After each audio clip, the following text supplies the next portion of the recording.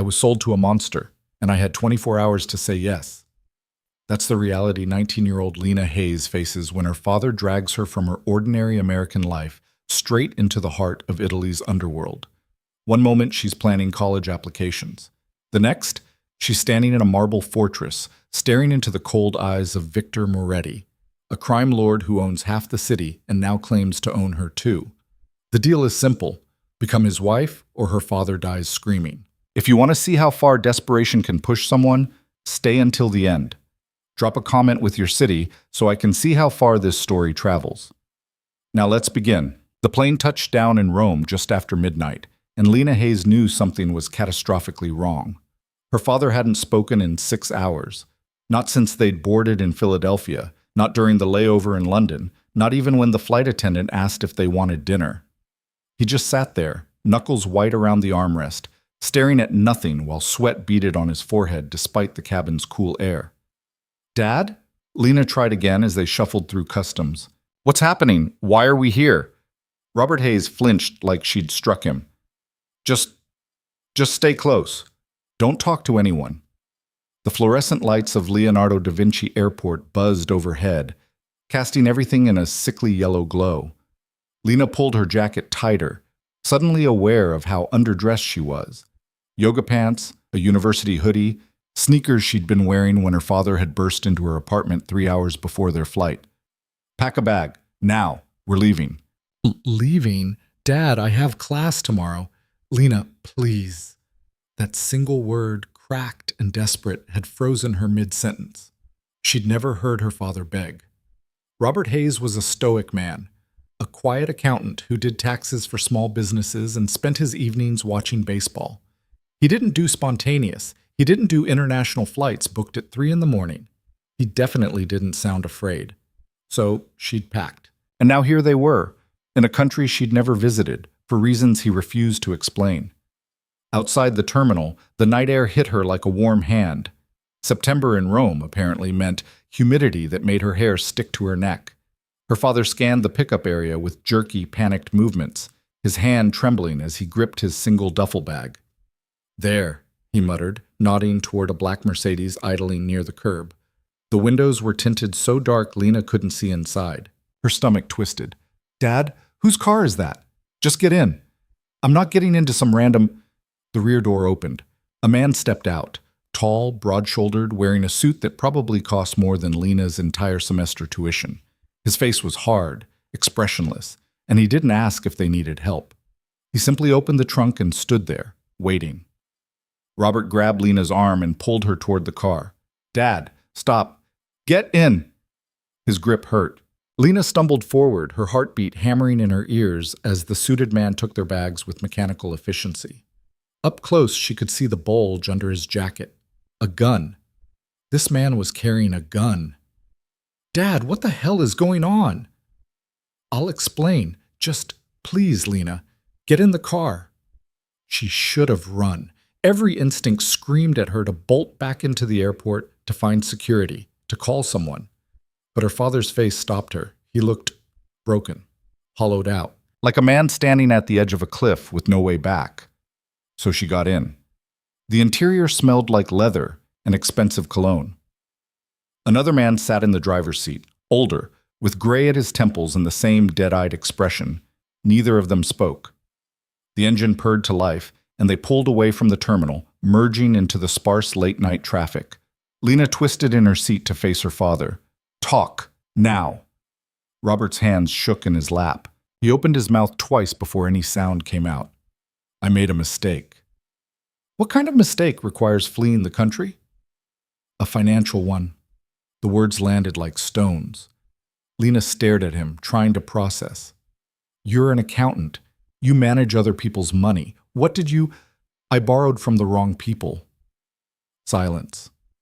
The city lights blurred past the window. Ancient buildings pressed against modern ones, shuttered shops and late-night cafes, beautiful and foreign and utterly terrifying. "How much?" Lena's voice came out smaller than she intended. 300,000. The number punched the air from her lungs.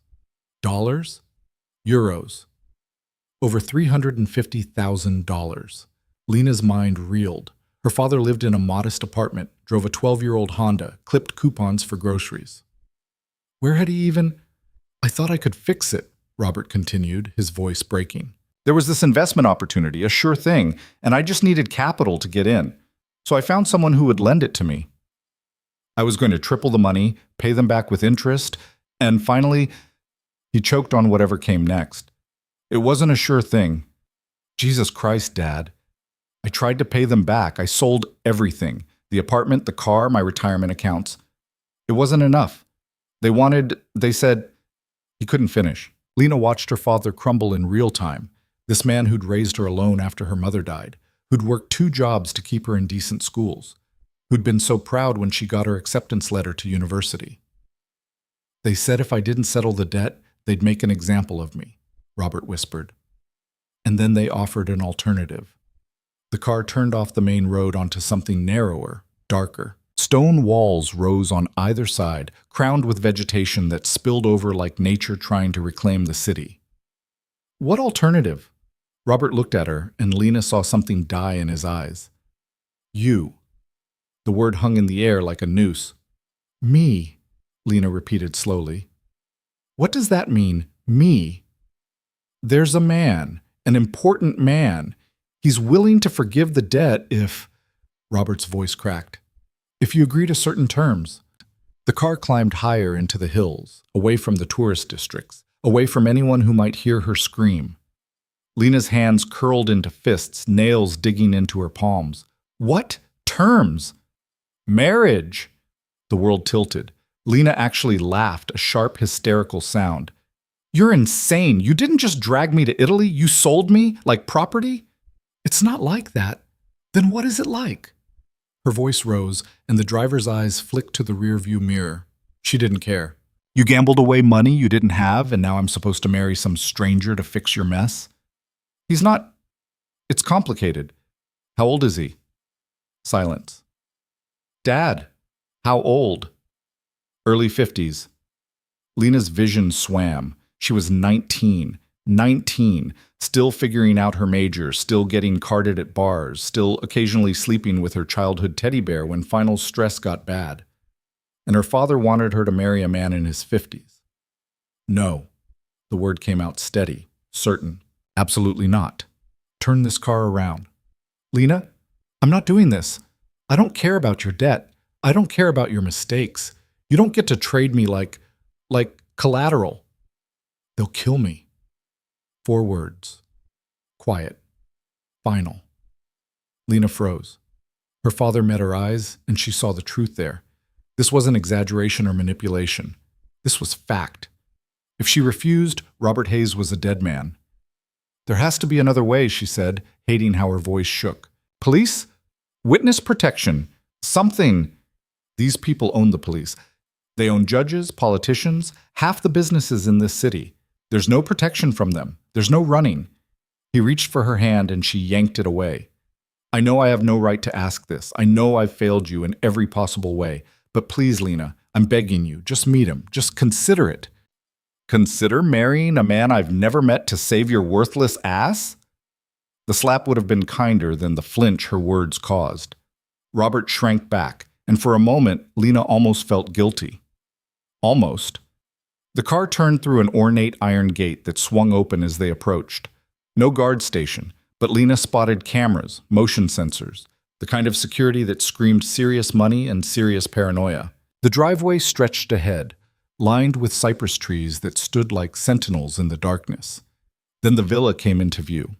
It was massive, 3 stories of honey-colored stone with arched windows that glowed with warm light. Manicured gardens spread out on either side, dotted with fountains and sculptures that probably cost more than her father's debt. It looked like something from a movie. Beautiful, imposing, utterly unreal. The car stopped at the base of wide stone steps. The driver got out first, then opened Lena's door. She sat frozen, her body refusing to move. Miss, the driver said in accented English, please. It wasn't a request. Lena stepped out on shaking legs. The night air smelled like jasmine and rosemary, deceptively peaceful. Her father came around the car, and together they climbed the steps toward double doors that opened before they reached them. A woman stood in the doorway, older, elegant, wearing a black dress, and an expression of cool appraisal. She said something in rapid Italian to the driver, who nodded and disappeared with their bags. "Miss Hayes." The woman's English was perfect, barely accented. "Welcome. I am Signora Russo. Please, come inside." The entrance hall was obscene. Marble floors, a chandelier that looked like it belonged in Versailles, artwork that might have been actual Renaissance pieces on the walls. Lena's sneakers squeaked on the polished stone, the sound jarring and out of place. "Don Moretti will see you shortly," Signora Russo said, already turning toward a hallway. "I will show you to the receiving room." Don Moretti. Even Lena, with her limited exposure to Italian culture, knew that title. Don. Not Mr., not Sir. Don, the word the Mafia used for their bosses. Her father had sold her to the mob. The receiving room was smaller than the entrance hall, but no less intimidating. Plush furniture in deep burgundy, more art, floor-to-ceiling windows that showed the lights of Rome spread out below like scattered diamonds. Signora Russo gestured for them to sit, then left without another word. Lena remained standing. "I want to leave." "Lena, now. We're leaving now. We can't. Watch me." She headed for the door, but her father caught her arm. "If you walk out that door, I'm dead by morning. Is that what you want? Don't put this on me." She whirled on him, tears burning her eyes. "You did this. You made these choices. I didn't ask to be born, and I sure as hell didn't ask to be your get-out-of-debt-free card." "I know." Robert's voice broke completely. "I know, and I'm sorry. I'm so sorry, sweetheart. But we're here now, and they're not going to let us leave until—" The door opened. Lena's words died in her throat. The man who entered was not what she'd expected. She'd pictured someone grotesque, obviously criminal, maybe fat and balding with gold chains and a cruel smile. Movie mob boss stuff. Victor Moretti was none of those things. He was tall, well over 6 feet, with the kind of build that suggested he still spent time in the gym despite his age. His hair was dark with distinguished threads of silver at the temples, slicked back in a style that should have looked dated but somehow didn't. He wore a charcoal suit tailored so precisely it might have been sewn onto him, with a black shirt underneath and no tie. His face was all sharp angles, strong jaw, prominent cheekbones, a nose that looked like it had been broken at least once. But it was his eyes that stopped her. Dark, almost black, they swept over Lena with an intensity that made her feel stripped bare. Not sexual, that would have been easier to process. This was assessment, calculation. Like she was a puzzle he was already solving. He said something in Italian, a dismissal. Signora Russo materialized from somewhere and gestured for Robert to follow her. "Wait, what?" Lena started, but her father was already moving, being ushered out of the room. The door closed. She was alone with him. Victor Moretti circled her slowly, like a buyer inspecting merchandise. Lena forced herself to stand still, to meet his gaze even as her heart hammered so hard she thought it might crack a rib. "So," he said finally, his English carrying a rich Italian accent that made every word sound deliberate. "You are Robert's daughter. And you're the man who thinks he can buy me." One dark eyebrow rose. "You have your father's coloring, but it seems not his sense of self-preservation. My father's an idiot who gambled with money he didn't have. What I am is pissed off." "Yes, I can see that." He moved to a sideboard and poured 2 glasses of deep red wine. "Sit." "I'll stand." "I said sit." The words didn't get louder, but something in them changed. They became an order backed by the kind of authority that expected obedience. Lena sat. Hated herself for it, but sat. Victor handed her one of the wine glasses. She didn't drink. He settled into the chair across from her, utterly relaxed, like they were discussing the weather instead of her future. "Your father owes me 300,000 euros. He cannot pay. I offered him an alternative and he accepted. Do you understand these facts? I understand that you're a criminal who preys on desperate people. I prefer entrepreneur." A slight smile touched his lips, cold and humorless. "Your father came to me seeking an investment loan. I was clear about the terms, the interest, the consequences of default. He signed the agreement. I did not prey on him. He sought me out. And now you want his daughter as payment. That's trafficking. I want a wife. Your father suggested you might be suitable. He sipped his wine. If you agree, his debt is forgiven. If you refuse, he let the sentence hang. He dies. In the long run, we all die, Miss Hayes. But yes, your father's death would be considerably more imminent and unpleasant than average. The casual way he said it made Lena's skin crawl. You'd really kill him over money? I would kill him over disrespect. The money is secondary. Victor leaned forward, elbows on his knees, the picture of patience. Let me be clear about something. I am not a good man. I do not pretend to be. I operate in a world where weakness is death and debts are sacred. Your father entered this world willingly. He lost. These are the consequences. And I'm just collateral damage. You are an opportunity. He gestured around them. As my wife, you would want for nothing. This villa, homes in Milan and the Amalfi Coast, cars, clothing, anything you desired. You would be protected, elevated to a position of respect and power. I'd be a prisoner. You'd be a partner. Lena laughed bitterly. Partner. Right, because nothing says partnership like being sold off to erase Daddy's gambling debt. Something flickered across Victor's face, annoyance maybe, or reassessment. You are educated? I was, before I got dragged here. University?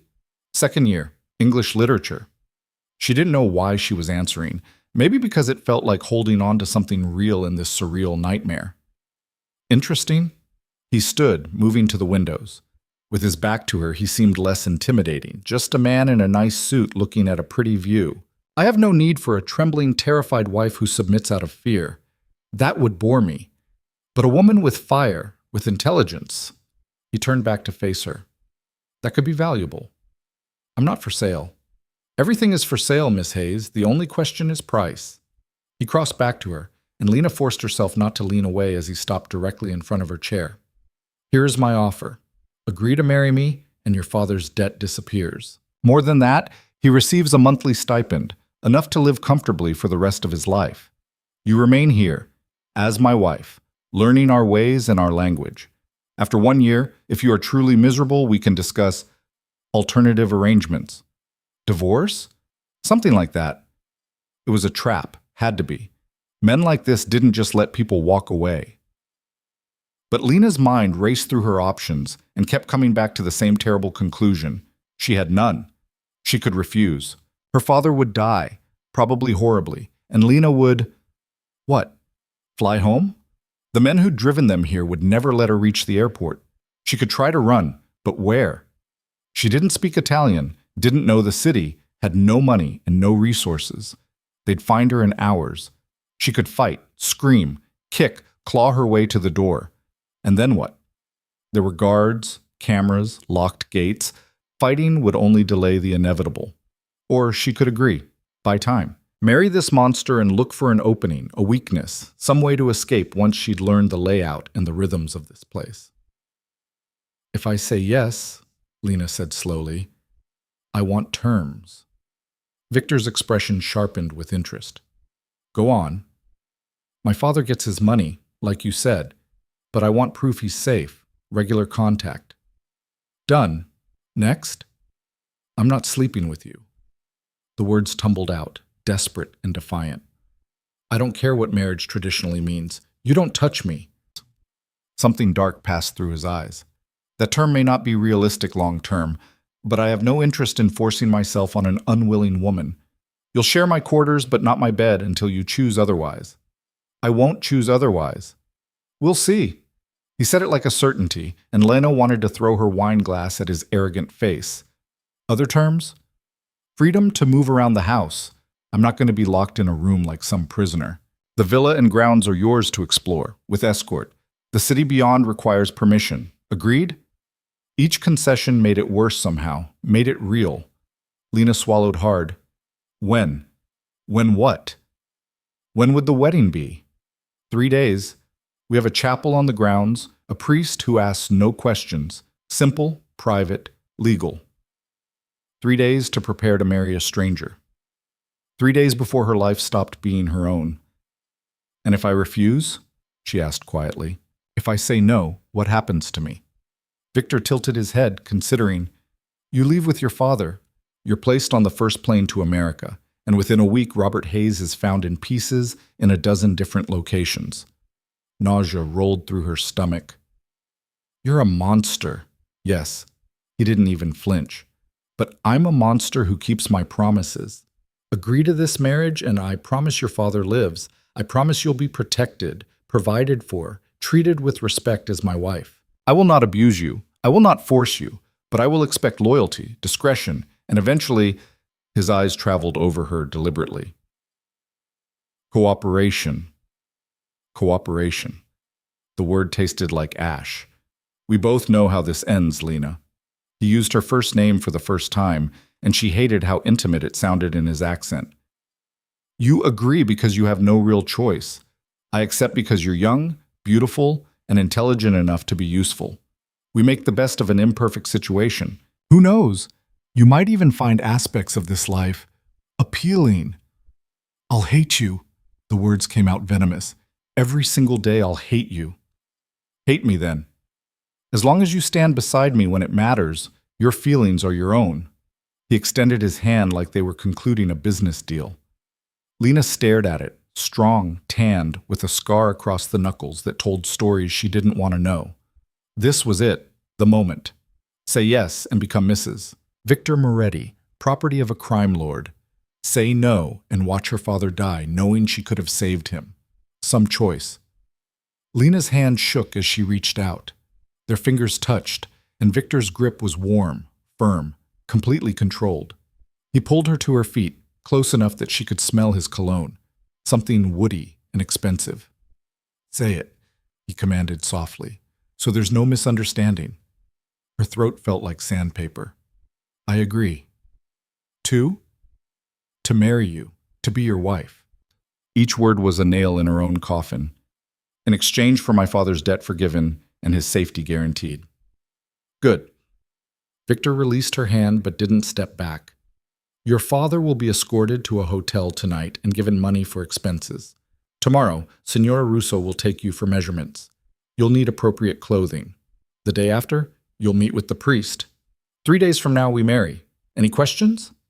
About 1,000, but Lena's mind had gone blank with shock. She shook her head. Then welcome to your new life, mia futura moglie. He said something else in Italian that sounded formal, final. Then he moved past her to the door, opening it to reveal Signora Russo waiting in the hall. Show Miss Hayes to her quarters. Make sure she has everything she needs. He was gone before Lena could respond, his footsteps echoing down the marble hallway until they faded into silence. Signora Russo gestured. This way, please. Lena's legs somehow carried her forward, following the older woman through a maze of corridors and up a sweeping staircase. The villa was enormous, room after room of opulence that blurred together. She barely registered any of it. Finally, they stopped at a door that Signora Russo opened to reveal a bedroom that was larger than Lena's entire apartment back home. A massive 4-poster bed dominated the space, draped in silk that looked like it cost more than a car. French doors led to a balcony. Original artwork hung on walls painted a soft cream. An attached bathroom visible through another door appeared to feature a tub the size of a small pool. Your belongings will be brought up shortly, Signora Russo said. If you need anything, there is a call button beside the bed. I would suggest you rest. Tomorrow will be a very full day. She left, and Lena heard the distinct click of a lock. She was in a gilded cage. Lena walked to the French doors and tried them. Locked. The windows didn't open. Even the bathroom had frosted glass that didn't show the outside world. Beautiful, luxurious, and utterly inescapable. She sank onto the edge of the bed, and that's when the tears finally came. Great, heaving sobs that shook her entire body. She cried for her stolen future, for the college degree she'd never finish, for the normal life she'd never have. She cried for her father's weakness and her own helplessness. She cried until there was nothing left, until she was hollow and empty. The bedside clock read 3:47 a.m. when she finally stopped. Somewhere below she heard voices, men speaking Italian in low tones, guards probably, making sure she didn't try anything stupid. Lena stood and walked to the mirror above an antique dresser. The girl looking back had red-rimmed eyes, tear-stained cheeks, tangled hair. She looked young, terrified, broken. 3 days, that girl in the mirror whispered. 3 days until you belong to him. No. Lena straightened, wiped her face, forced steel into her spine. 3 days until she married him, but she would never belong to anyone. Victor Moretti could put a ring on her finger and call her wife, but he couldn't touch who she was inside. She would survive this, learn everything she could about this world, this villa, these people, find the weaknesses in their security, the gaps in their attention, and when the opportunity came, and it would come, she would run. Until then, she would play the role. The obedient bride, the respectful wife, whatever it took to keep breathing, to keep planning. Victor thought he'd bought himself a partner, but Lena Hayes wasn't for sale. She was for rent, temporarily, until she found a way out. She repeated that thought like a mantra as she finally crawled into the enormous bed, still fully dressed, too exhausted to care about the silk sheets or the uncomfortable waistband of her yoga pants. I will survive this. I will escape. He doesn't own me. He doesn't own me. He doesn't... Sleep took her mid-thought, dragging her down into darkness where, mercifully, Victor Moretti didn't exist. Martitan. Morning came too soon, announced by Signora Russo entering without knocking. Lena jolted awake, disoriented by the unfamiliar room and the soft light filtering through curtains she didn't remember closing. Breakfast in 30 minutes, the older woman announced, setting down a tray on a nearby table. Shower, dress, the blue outfit hanging in the closet. She left before Lena could protest. Not that protesting would matter. That had become abundantly clear. The shower was an exercise in surreal luxury. The bathroom featured heated marble floors, a rainfall showerhead that felt like standing in a tropical storm, and products that probably cost more per ounce than gold. Lena stood under the water until it started to cool, trying to wash away the grime of travel and terror. The blue outfit turned out to be a simple but elegant dress in navy linen, paired with low heels and delicate gold jewelry. It fit perfectly, which meant someone had estimated her size with disturbing accuracy. Or, more likely, they'd gone through her luggage and measured her existing clothes. The thought of strangers handling her belongings made her skin crawl. Breakfast was served in a sun-drenched room with views of the gardens. Lena found her father already seated at a long table, looking small and tired. An untouched plate of pastries sat in front of him. "Lena!" He stood when she entered, reaching for her, but she moved past him to take a seat on the opposite side of the table. The hurt on his face should have satisfied her. It didn't. A young woman in staff uniform brought Lena coffee, espresso, thick and bitter, and more pastries, along with fruit, cheese, cold meats. Food for a dozen people presented for two. They ate in silence for several minutes before Robert finally spoke. "I'm leaving this morning." Lena's head snapped up. "What?" Don Moretti arranged it. "A hotel in the city, expenses paid until I can figure out next steps." He wouldn't meet her eyes. "He's been generous." "Generous," Lena repeated flatly. "He's taking your daughter, and you think he's generous because he's throwing you some cash?" "I know how this looks. Do you?" She leaned forward. "Do you have any idea what you've done?" "I'm 19, Dad. I was supposed to be studying for midterms. Instead, I'm being forced to marry a criminal because you couldn't manage your own greed. I was trying to give us a better life. We had a life. It wasn't fancy, but it was ours. And you threw it away for what? A bigger apartment? A nicer car?" Robert's hands clenched around his coffee cup. "You don't understand. After your mother died, I watched you grow up in hand-me-downs, sharing a bedroom with my office, eating pasta 5 nights a week because it was cheap. I wanted more for you. I didn't ask for more." The words burst out too loud in the quiet room. "I never asked you to risk everything on some stupid investment scheme. That was your ego, your pride. And now I'm paying for it." "I know." His voice broke. "I know, and I'm sorry. If I could take it back..." "But you can't." Lena stood abruptly, her chair scraping against the floor. "You can't take it back, and I can't refuse without getting you killed. So congratulations, Dad. You finally gave me a better life. I hope it was worth it." She left him sitting there and found Signora Russo waiting in the hallway like she'd been listening the whole time. Probably had been. "This way, Miss Hayes, we have appointments." The next several hours blurred together in a montage of Italian efficiency. A tailor came to the villa, measuring every inch of Lena's body while making notes in rapid-fire Italian. A hairstylist followed, evaluating her natural waves and color with the critical eye of an artist approaching a difficult canvas. Someone else appeared to assess her shoe size, jewelry preferences, makeup shades. It felt like being prepared for auction. Through it all, Signora Russo supervised with the calm authority of a general directing troops. She answered Lena's questions in clipped English, offering no more information than absolutely necessary. "Where's Victor? Don Moretti has business in the city. When will he be back? When his business concludes." "What exactly does he do? What's his business?" A pause, then, "Import and export." "Sure, import and export." Lena had watched enough crime shows to know what that was code for. By early afternoon, she was exhausted and starving. Lunch appeared as if summoned, more Italian delicacies that Lena picked at without enthusiasm. She was just pushing around a piece of prosciutto when voices echoed from the entrance hall. Victor had returned. He strode into the dining room still in his suit from the night before, though his jacket was gone and his sleeves were rolled up. There was a faint shadow of stubble on his jaw, and when he poured himself water from a crystal pitcher, Lena noticed his knuckles were scraped raw. "How are the preparations?" he asked casually, like they were planning a dinner party instead of a forced marriage. "Fine," Lena said shortly. "Good. Tomorrow you'll meet Father Matteo. He'll explain the ceremony. It will be brief."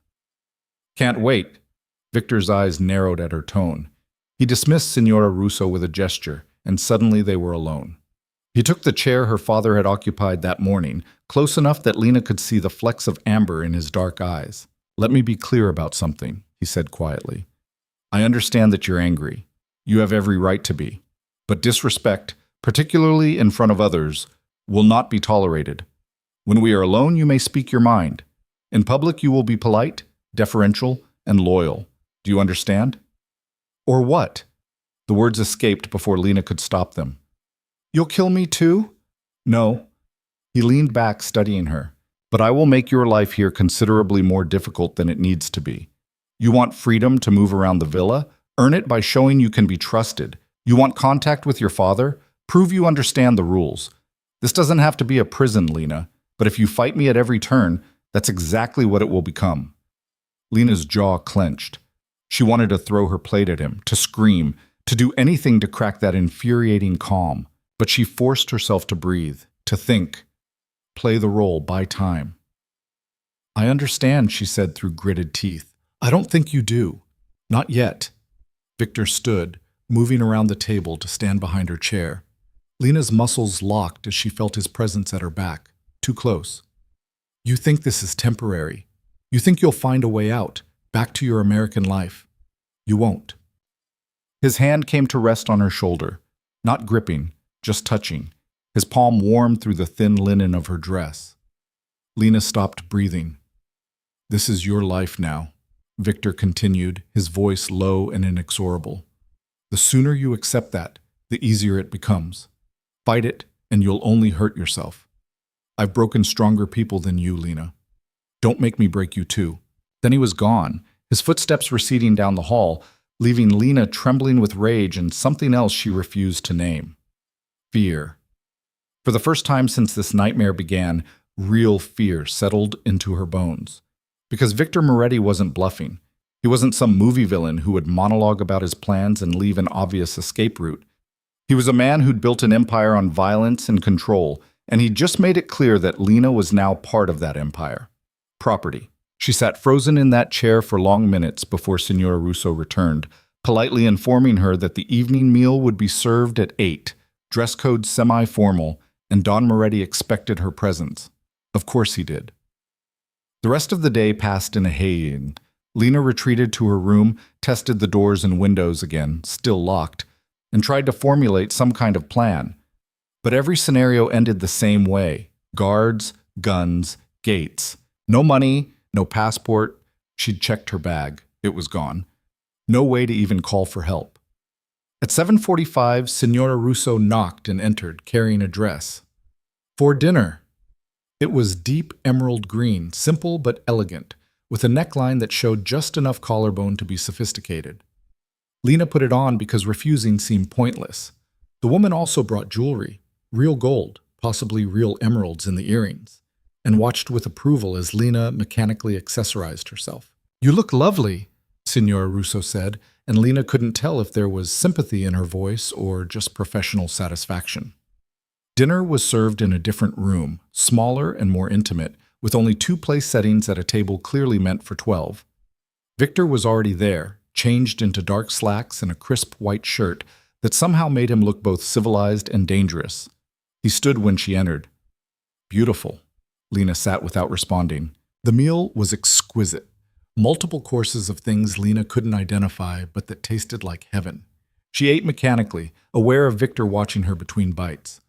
"Tell me about yourself," he said eventually. "Why?" "Because you're about to become my wife. I'd like to know who I'm marrying." "You're marrying a 19-year-old college student who likes books and hates you. There, done." A slight smile. "What kind of books?" "The kind that let me escape reality." "Ah, fantasy. Sometimes, classics mostly. Austen, the Brontes, George Eliot. Romantics. Women who wrote about being trapped in impossible situations and finding ways to survive. Turns out that's pretty relevant now." Victor's smile widened. "You think you're Jane Eyre? The poor governess who tames the brooding master?" "I think I'm Jane Eyre locked in the attic by Rochester, the madwoman no one wants to acknowledge." "Then let's hope you don't burn down the house." Was he actually making a literary joke? Lena stared at him, trying to reconcile this man, cultured, educated, apparently well-read, with the criminal who'd threatened to chop her father into pieces. "You're surprised," Victor observed. "You thought I was just a thug. Aren't you? I'm many things. Yes, I've killed people. Yes, I've hurt people. But I've also built businesses, employed thousands, supported communities. The world isn't as simple as good and evil, Lena. It's mostly just power and the willingness to use it. That's a convenient philosophy for someone who traffics women." "I don't traffic women. I marry them." He sipped his wine. "There's a difference." "Not from where I'm sitting." "Then let me explain where you're sitting." Victor set down his glass with careful precision. "You are about to become one of the most protected women in Italy. My name carries weight, fear, respect, influence. No one will dare harm you. No one will dare insult you. You'll want for nothing material, and in return, all I ask is loyalty and discretion." "And my body?" "Eventually." "Yes." He didn't even have the grace to look ashamed. "I'm not a monk, Lena. And you're a beautiful woman. But as I said, I have no interest in force. When you come to my bed, it will be because you choose to." "Never happening." "We'll see." That certainty again. It made Lena want to prove him wrong so badly her teeth ached. They finished the meal in tense silence. Afterward, Victor stood and extended his hand. "Walk with me." It wasn't a question. Lena took his hand because refusing seemed like the kind of public disrespect he'd warned against, and she needed to pick her battles. He led her through the villa and out into the gardens.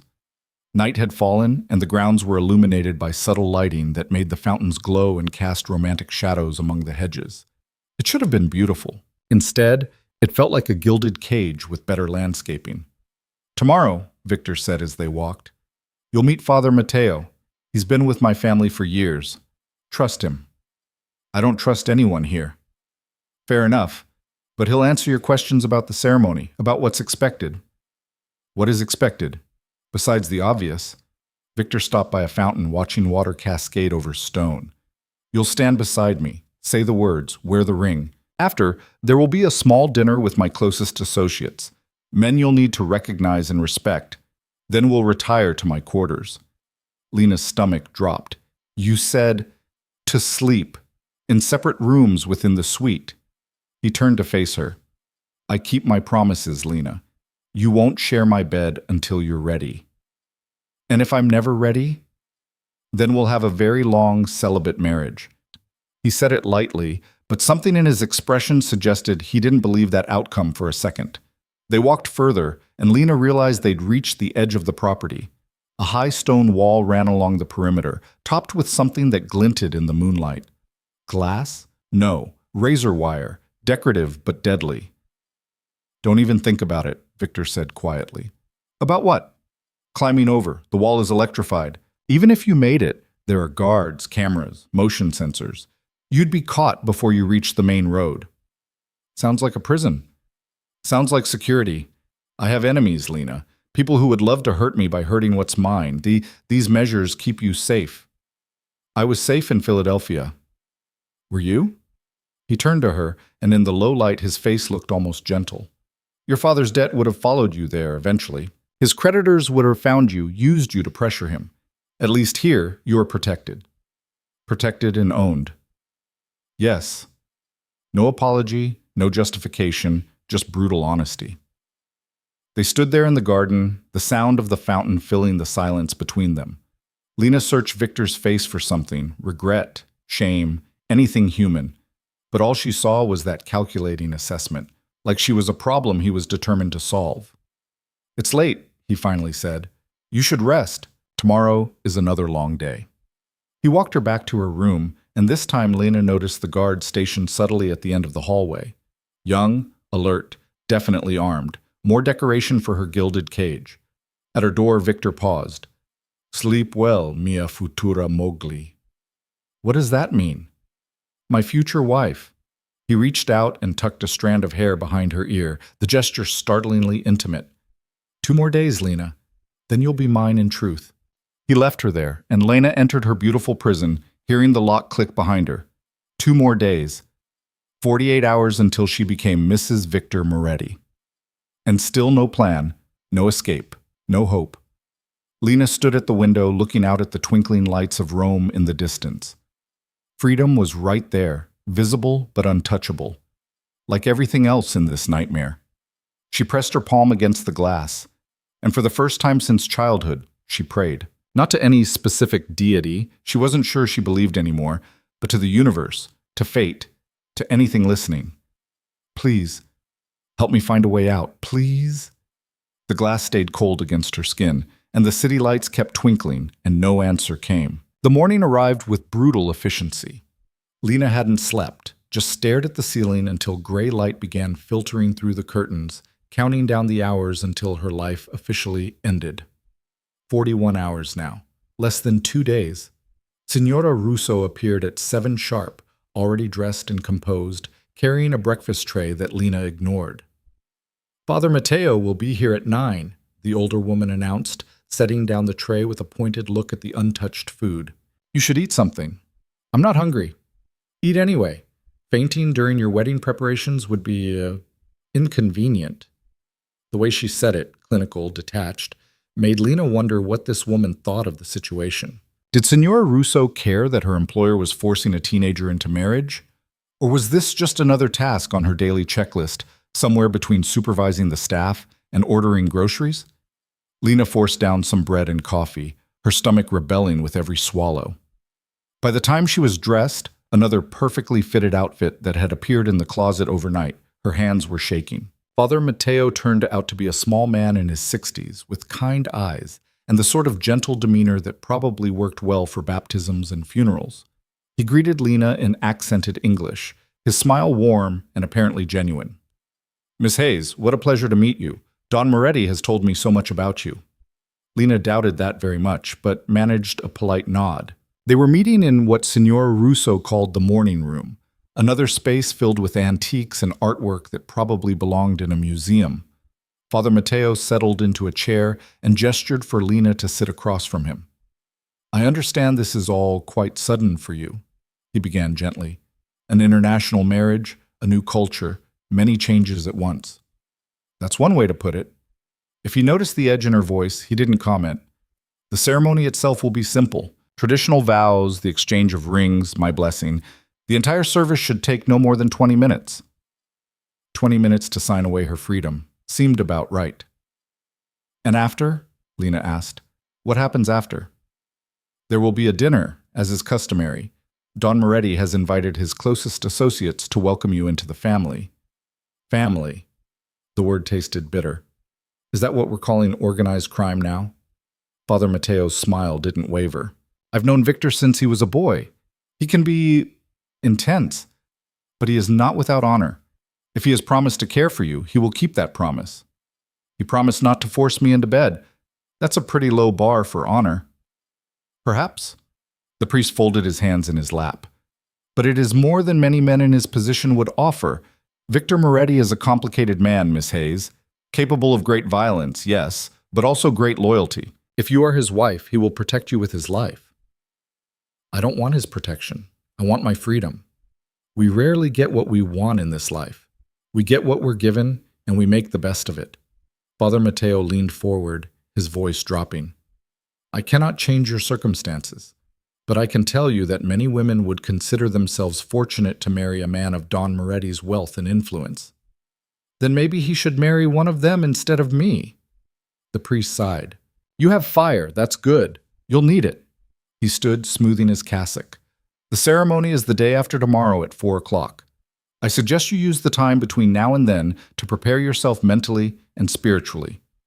This is happening, Miss Hayes. Fighting it will only make you miserable. He left her sitting there, his words echoing in the sudden silence. This is happening, as if Lena needed the reminder. The rest of the day dragged by in a fog of wedding preparations that felt like being dressed for her own funeral. More fittings this time for the wedding dress itself, a creation of ivory silk and delicate lace that probably cost more than her father's debt. It was beautiful. Lena hated it. The seamstress, a tiny woman with pins clutched between her teeth, circled her like a shark. Bellissima, she murmured, adjusting the hem. Don Moretti will be very pleased. I'm so glad his pleasure is the priority here, Lena muttered. Signora Russo, supervising from a nearby chair, raised an eyebrow. You would do well to remember that his pleasure is now your concern. As his wife, your role is to support him, represent him, honor him. Sounds like I'm joining a cult, not a marriage. Call it what you like. The expectations remain the same. Lena bit back the dozen responses burning on her tongue. Pick your battles, she reminded herself. Save your energy for when it matters. Lunch was a solitary affair. Victor was away on business again, which Lena was grateful for. She'd seen enough of him to last a lifetime. But as afternoon stretched toward evening, Signora Russo appeared with an announcement that made Lena's stomach drop. Don Moretti requests your presence in his office. Why? He didn't say, but when Don Moretti requests, we comply. The office was on the ground floor, down a hallway Lena hadn't explored yet. Signora Russo knocked once and opened the door without waiting for a response. The room was pure masculine power. Dark wood, floor-to-ceiling bookshelves, a massive desk that looked like it had been carved from a single piece of mahogany. Victor sat behind it, reading something on his laptop, still in business attire with his sleeves rolled up. He looked up when Lena entered, and something in his expression made her pause. Sit, he said, gesturing to one of the leather chairs facing the desk. Lena sat, hyper-aware of Signor Russo leaving and closing the door behind her. Alone with Victor again. That seemed to be happening more frequently. He closed the laptop and leaned back, studying her with that unnerving intensity. How were the preparations? Invasive. The dress fits well? It's a dress. It fits. A slight smile. Your enthusiasm is overwhelming. You want enthusiasm? Hire a prostitute. Oh, wait. You basically did. The smile vanished. Victor stood, moving around the desk with deliberate slowness. Lena forced herself not to lean away as he perched on the edge of the desk, directly in front of her chair, close enough that she could smell his cologne. Let's discuss something, he said quietly. Your attitude. My attitude is perfectly reasonable given the circumstances. Your attitude is going to get you in trouble. He tilted his head. I've been patient because I understand this is an adjustment, but tomorrow, you'll meet the men who form the backbone of my organization. They will be watching, judging, looking for weakness. If you show disrespect to me in front of them, it undermines my authority. Do you understand what I'm saying? You want me to play the obedient little wife. I want you to play the intelligent woman who understands that her survival depends on these men respecting her. Disrespect me, and they'll see you as fair game. Is that what you want? The question landed like ice water. Lena hadn't considered that. She'd been so focused on defying Victor that she hadn't thought about what that defiance would signal to others. No, she said quietly. Then here's what's going to happen. Tomorrow night at dinner, you will be polite, respectful. You'll speak when spoken to, smile when appropriate, and give these men no reason to think you're anything other than my willing bride. Can you do that? Every instinct screamed at her to refuse. But Lena thought about the men she'd glimpsed around the villa, hard-faced, cold-eyed, the kind who'd probably done things that would make her nightmares look tame. Victor, at least, had promised not to hurt her. The others had made no such promises. I can do that, she said. Good. Victor reached out and caught her chin, tilting her face up. His touch was gentle but firm, completely controlled. I need you to understand something, Lena. I didn't choose this arrangement to humiliate you. Your father offered you as payment, yes, but I could have refused. I could have taken his debt in blood and been done with it. Then why didn't you? Because when I met you, I saw something useful. Fire, intelligence, strength underneath the fear. His thumb brushed along her jawline, the gesture almost tender. I don't need a cowering victim. I need a partner who can stand beside me and hold her own. You have the potential to be that, but only if you stop fighting long enough to learn. Learn what? How to survive in this world. How to use your position for power instead of letting it use you. He released her chin but didn't move away. You think you're a prisoner, but if you play this right, you'll have more freedom than most women dream of. Wealth, influence, protection. All you have to do is stop seeing this as a cage and start seeing it as an opportunity. Lena laughed bitterly. An opportunity. Right, because being sold to a crime lord is every girl's dream. Many women would kill for the chance to marry into this family. Then they're welcome to it. Victor's jaw tightened. You're exhausting, you know that? Good. Maybe you'll get tired of me and let me go. Not happening. He stood, moving back around his desk. You're mine now, Lena. The sooner you accept that, the easier this becomes. Tomorrow night, I expect you to be on your best behavior. The night after, we marry. And then we'll see what kind of wife you really are. Dismissed. Lena stood on shaking legs and headed for the door, but Victor's voice stopped her. Lena. She turned. He was watching her with an expression she couldn't read, something between frustration and fascination. Don't make me regret this, he said quietly. I chose you for a reason. Don't prove me wrong. She left without answering, her heart pounding against her ribs. That night, sleep was impossible.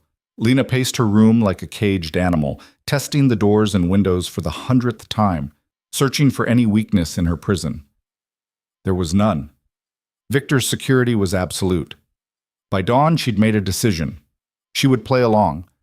Not because she'd given up, never that, but because open defiance wasn't working. If she wanted to escape, she needed to earn trust first. Make them think she was adjusting, accepting, becoming the obedient wife Victor wanted. And then, when they least expected it, she'd run. The wedding dinner loomed ahead like an execution. Lena spent the day in a numb haze as staff prepared the villa for the evening's event. Flowers arrived by the truckload, white roses, orchids, arrangements that looked like they belonged at a royal wedding. The dining room was transformed into something out of a fairy tale, all candlelight and crystal and enough food to feed an army. At 6, Signora Russo arrived with yet another dress. This one was deep burgundy, fitted through the bodice and flowing from the waist, with a neckline that showed just enough skin to be alluring without being inappropriate. Diamond earrings and a matching bracelet completed the look. You look like a Dawn's bride, Signora Russo said with approval. Lena looked like a sacrifice dressed for the altar, but she kept that thought to herself. Victor was waiting at the bottom of the stairs when she descended at 7. He changed into a black suit with a burgundy tie that matched her dress, coordinated, like they were actually a couple instead of captor and captive. When he saw her, something flickered in his eyes. Appreciation, possession, maybe both. Beautiful, he murmured, offering his arm. Ready? No, never. But Lena placed her hand on his arm, because refusing would defeat the purpose of tonight's performance. Remember, Victor said quietly as they walked toward the dining room. Polite, respectful. Let me do most of the talking, but engage when spoken to directly. These men are dangerous, Lena.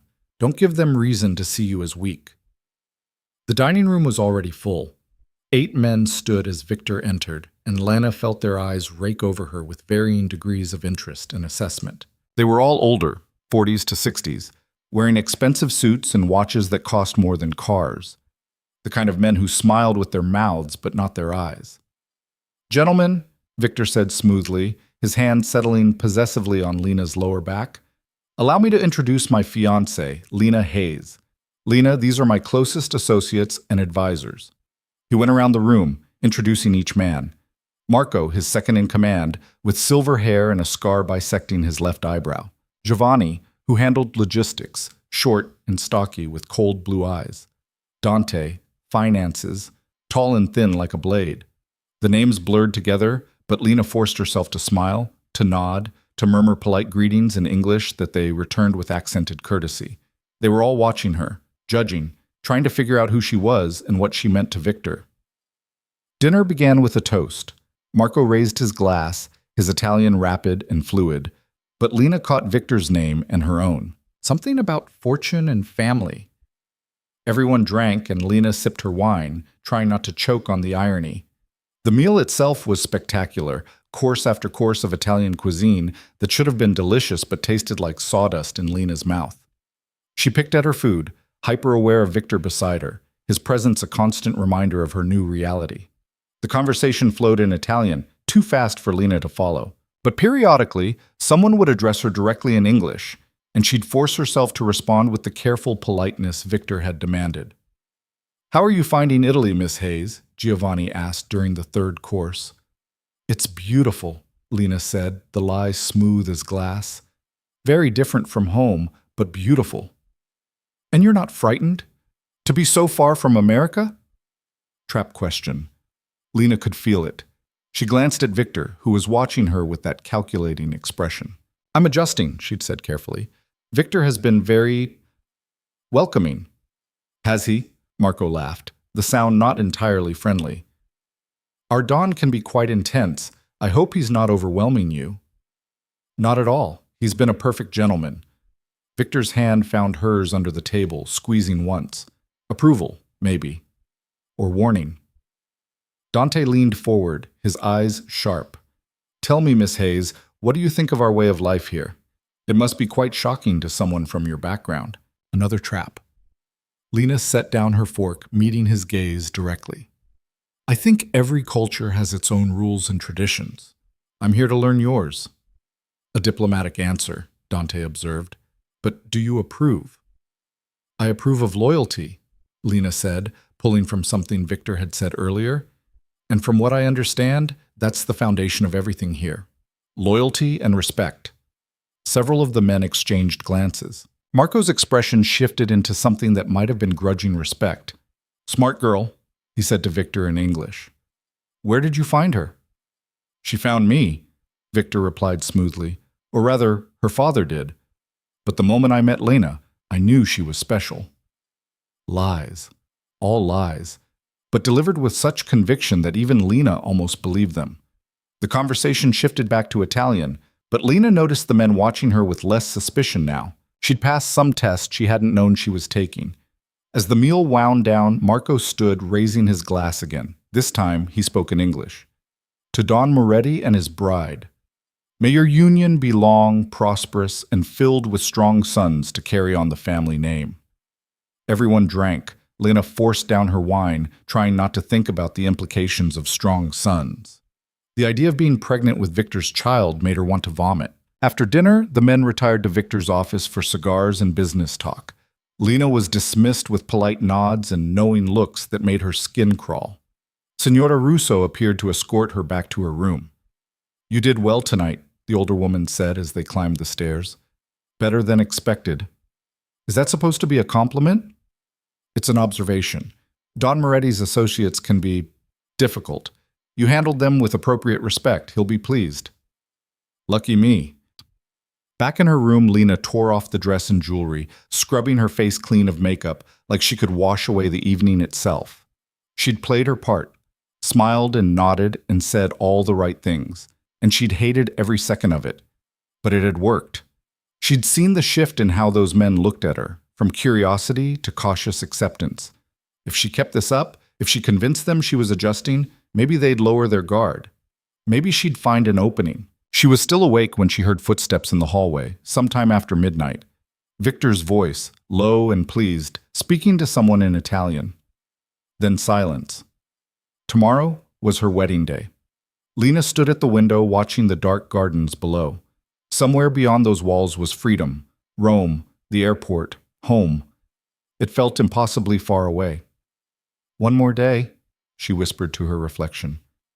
Just survive one more day. Morning came too fast. Lena woke to find Signora Russo already in her room, throwing open curtains to let in brilliant sunshine. Your wedding day, the woman announced with what might have been genuine warmth. Time to begin preparations. The next several hours were a blur of activity.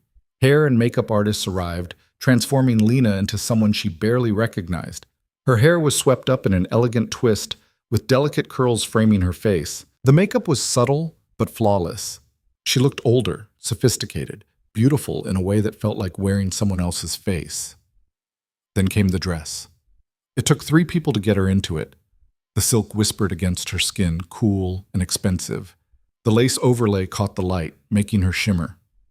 When they finally let her look in the mirror, Lena barely recognized herself. She looked like a bride, a real bride, happy and glowing, ready to marry the man she loved. The illusion was perfect and completely false. Bellissima, the seamstress breathed, like a princess. More like a prisoner in a pretty cage, Lena thought, but kept her expression neutral. At 3:30, Signora Russo returned. It's time.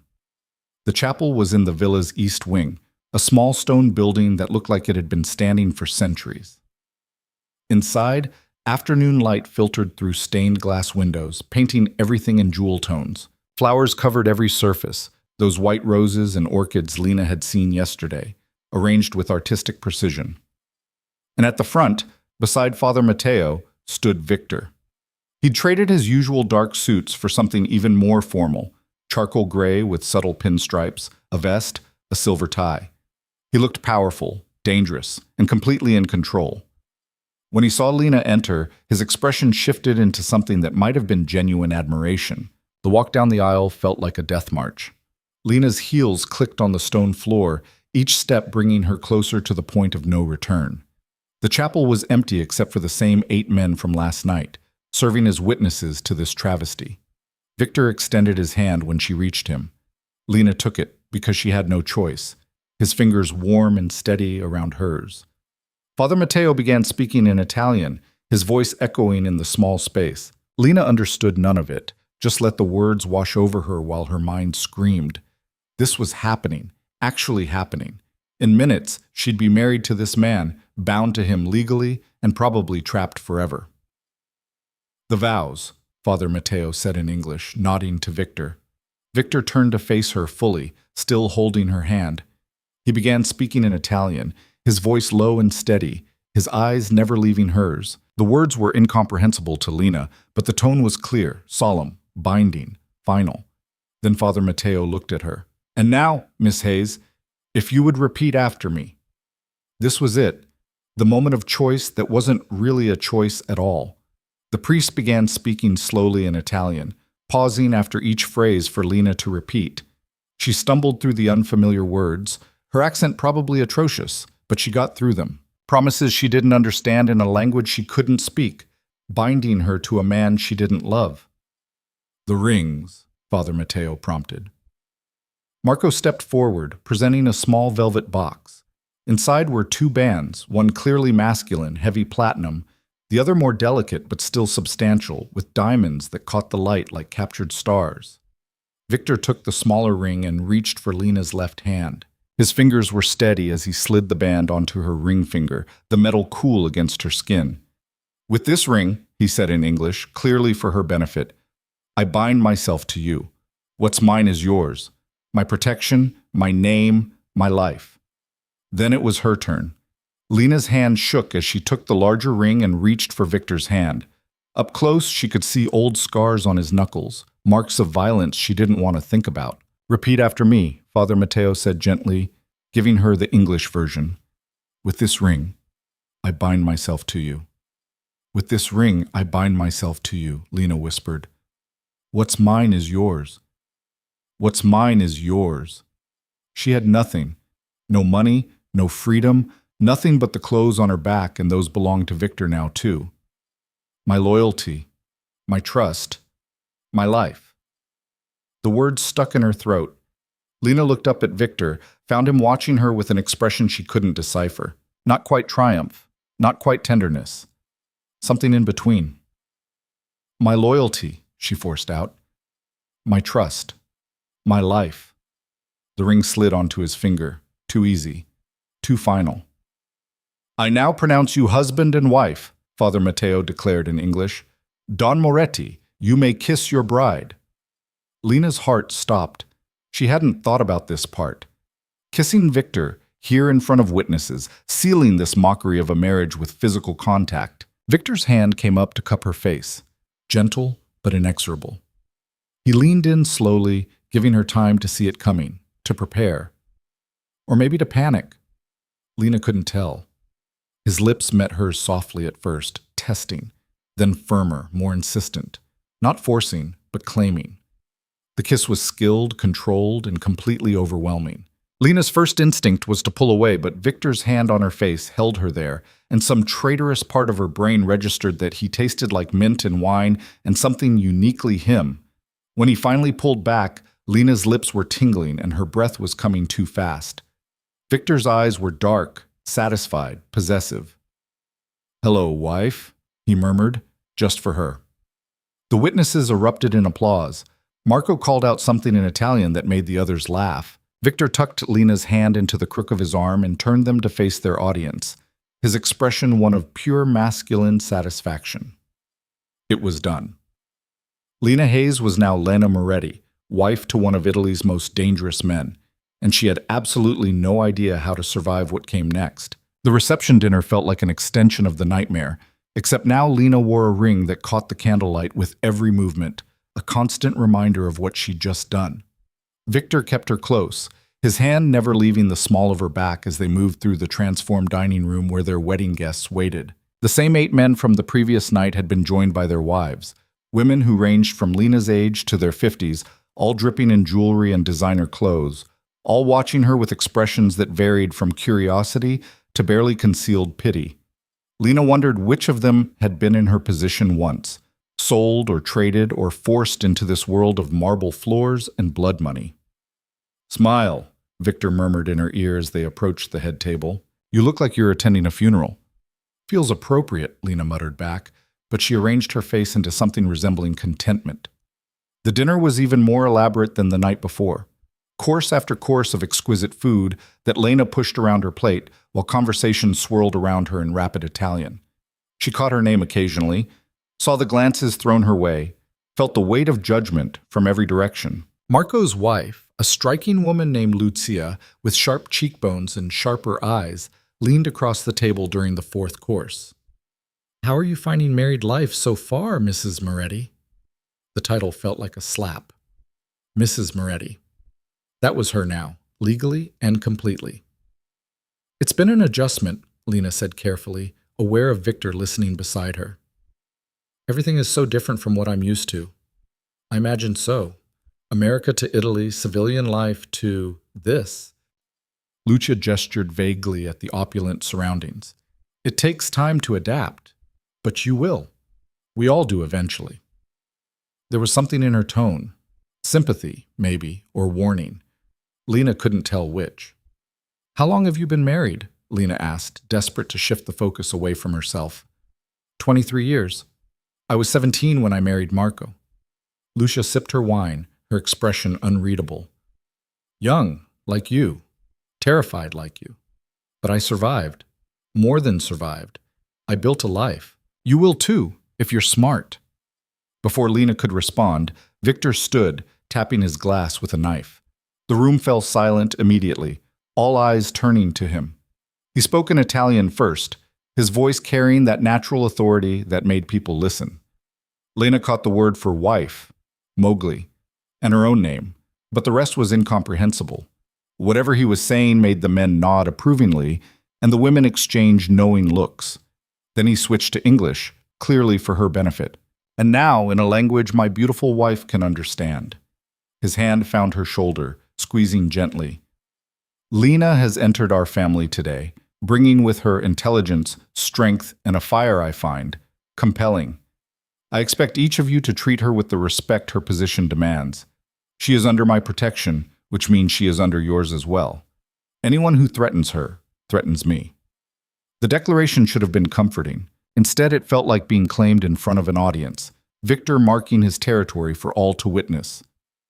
To my wife, Victor concluded, raising his glass. May she learn to love this life as much as I already know I will love teaching her. Everyone drank. Lena forced down her wine, the alcohol burning in her empty stomach. The rest of dinner passed in a haze of toasts and well-wishes that felt increasingly surreal. By the time dessert arrived, some elaborate creation involving chocolate and gold leaf, Lena was exhausted, emotionally drained, and desperate to escape. But escape wasn't coming. Not tonight. Finally, mercifully, the dinner ended. The guests departed in a flurry of kisses and handshakes and knowing looks directed at Victor that made Lena's skin crawl. She knew what they were thinking, what they expected to happen next. When the last guest left, Signora Russo appeared with that efficient timing that suggested she'd been waiting just out of sight. I'll show Mrs. Moretti to your quarters, Don Moretti. No need. Victor's hand settled on Lena's waist. I'll take her myself. The walk through the villa felt like a death march. Victor guided her up the main staircase, down a different hallway than the one leading to her previous room. They stopped at a set of double doors that he opened to reveal a suite that made her previous quarters look like a closet. The space was massive, a sitting area with plush furniture, floor-to-ceiling windows overlooking the gardens, artwork that belonged in the Uffizi. And beyond an open archway, a bedroom dominated by a bed that could sleep 4 people comfortably. Your things have been moved, Victor said, gesturing to a door on the left. That's your dressing room and bathroom. Mine are through there. He pointed to another door on the right. The bedroom we share, but as promised, you have your own space. Lena looked at the bed, her stomach twisting. You said, I said I wouldn't force you, and I won't. Victor shrugged off his jacket, draping it over a chair. But we will sleep in the same room. Appearances matter, Lena. The staff talks, and I need everyone to believe this marriage is real. It is real, unfortunately. Real in all ways, he clarified, loosening his tie. Which means sharing a bed. I promise to keep to my side unless invited otherwise. You'll be waiting forever. We'll see. He moved to a sideboard and poured 2 glasses of amber liquid. Drink. You look like you need it. Lena took the glass because her hands needed something to hold. The liquor was smooth and strong, warming her from the inside. What happens now? Now you settle in. Tomorrow we begin your real education. Education in what? Language, for one. You need to speak Italian if you're going to survive here. Culture, protocol, how to move in our world. Victor sat on the edge of the bed, watching her over the rim of his glass. Also self-defense. That surprised her. Why would I need self-defense? Because my enemies would love to hurt me through you, and because I have no interest in a wife who can't protect herself. He took a long drink. There's a gym in the villa. Starting tomorrow, you'll train with Marco 3 times a week. He's been with me for 20 years. I trust him to teach you properly. The thought of learning to fight was almost appealing. Almost. And the rest of the time?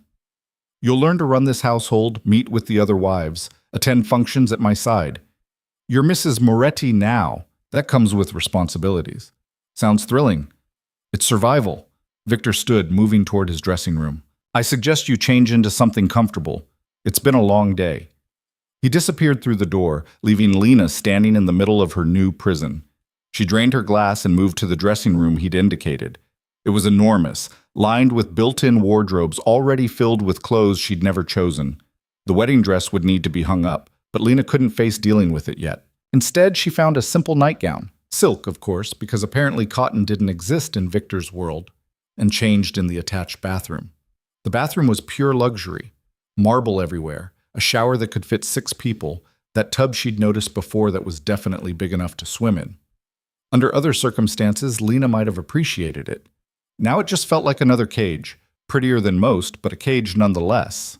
When she emerged, Victor was already in bed, wearing only pajama pants, his chest bare and showing the kind of muscle definition that came from serious gym time. Scars marked his skin, a long one across his ribs, another near his shoulder, evidence of a violent life. He looked up from the book he was reading, his eyes traveling over her in the silk nightgown.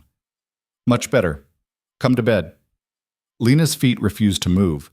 The bed was massive, but still. Sharing it with Victor felt like crossing a line she couldn't uncross. "Lena." His voice held that note of command. "I'm exhausted. You're exhausted. And standing there won't change anything. Come to bed." She forced herself to move, climbing onto the far side of the mattress and staying as close to the edge as possible. The sheets were cool silk against her skin, expensive and uncomfortable. Victor went back to his book like her presence beside him was completely normal. Lena lay rigid in the darkness beyond his reading light, staring at the ceiling, hyper-aware of his breathing, the warmth radiating from his side of the bed, the subtle shift of the mattress when he turned a page. "Relax," he said without looking up. "You're wound so tight, you're going to give yourself a stroke." "How am I supposed to relax?" "By accepting reality. We're married. This is your bed now. I'm your husband now. Fighting it only makes you miserable." "I am miserable." "Then stop fighting." Finally, he closed the book and set it aside, turning to look at her. In the low light, his face looked younger, less harsh. "I know you hate this. I know you hate me. But Lena, this is happening whether you accept it or not. The question is whether you're going to make yourself suffer the entire time." "You're asking me to just give up?" "I'm asking you to adapt. There's a difference." He reached over and turned off the reading light, plunging the room into darkness broken only by moonlight through the windows. "Get some sleep. Tomorrow is a new day." Sleep felt impossible with Victor less than 2 feet away, but exhaustion eventually claimed her. Lena drifted off, still pressed against the far edge of the mattress, as far from her husband as physics would allow. She woke to sunlight streaming through the windows and Victor already gone, his side of the bed cold. A note on his pillow, written in precise handwriting. "Meeting in the city. Marco will come for you at 9 for your first training session. Wear appropriate clothing. V." The clock read 7:30. Lena had 90 minutes to prepare for whatever training entailed. She found workout clothes in the dressing room, expensive athletic wear in her size, because of course Victor's staff had thought of everything. By the time Marco knocked on the suite door at exactly 9, Lena was as ready as she'd ever be. Marco looked different in gym clothes, less intimidating, more human. The scar bisecting his eyebrow seemed less menacing in the morning light. "Mrs. Moretti," he greeted her with a slight nod. "Ready to begin?" The gym was in the villa's basement, a full professional setup with equipment that looked brand new. Marco led her to a matted area in the corner. "Don Moretti says you need to learn self-defense," he began in accented but clear English. "Have you ever trained before?" "Does a high school self-defense seminar count?" "No." A slight smile. "We'll start with basics: awareness, positioning, how to break common holds. Eventually, we'll progress to actual combat techniques." The next hour was brutal. Marco was patient but exacting, showing her again and again how to position her body, where to strike, how to use an attacker's momentum against them. By the end, Lena was sweating and sore and oddly exhilarated. "Good," Marco said as they finished. "You learn quick. Natural athlete?" "I ran track in high school." "That will help. Speed can save your life when strength fails." He tossed her a water bottle. "Same time Wednesday. Don't skip meals or sleep. You need your strength." Over the following days, a routine emerged. Training with Marco 3 mornings a week, Italian lessons with a tutor named Signora Benedetti every afternoon, evenings spent either at formal dinners with Victor's associates or in the suite with her husband, learning to coexist in the same space without open hostility. Victor was gone frequently. "Business in the city," he said, though Lena knew better than to ask details. When he was home, he was surprisingly tolerable. He didn't push for physical intimacy beyond what appearances required, didn't raise his voice, didn't do anything overtly cruel. He simply expected obedience, and when Lena provided it, he rewarded her with small freedoms. Permission to explore the villa grounds with an escort, access to the library, which held an impressive collection of English classics alongside Italian literature, video calls with her father once a week, supervised but permitted. Robert looked better each time they spoke, color returning to his face, the haunted desperation fading from his eyes. He'd found a small apartment, was looking into consulting work, seemed to be rebuilding. The sight of him healing should have made Lena feel better. Instead, it made her furious that her sacrifice was working exactly as intended.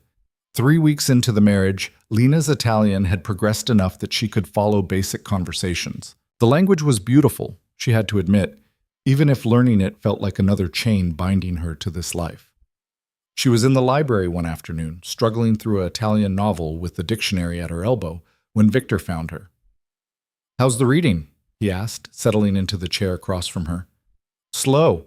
I know maybe 1 word in 3. "That's progress?" He gestured to the book. "Dante?" The Inferno felt appropriate. A genuine laugh, surprised and warm. "I suppose it would. What circle of hell are you in currently?" All of them simultaneously. Dramatic. But he was smiling, and Lena realized with a start that she'd made him genuinely laugh. It felt like a strange sort of victory. "I have something for you."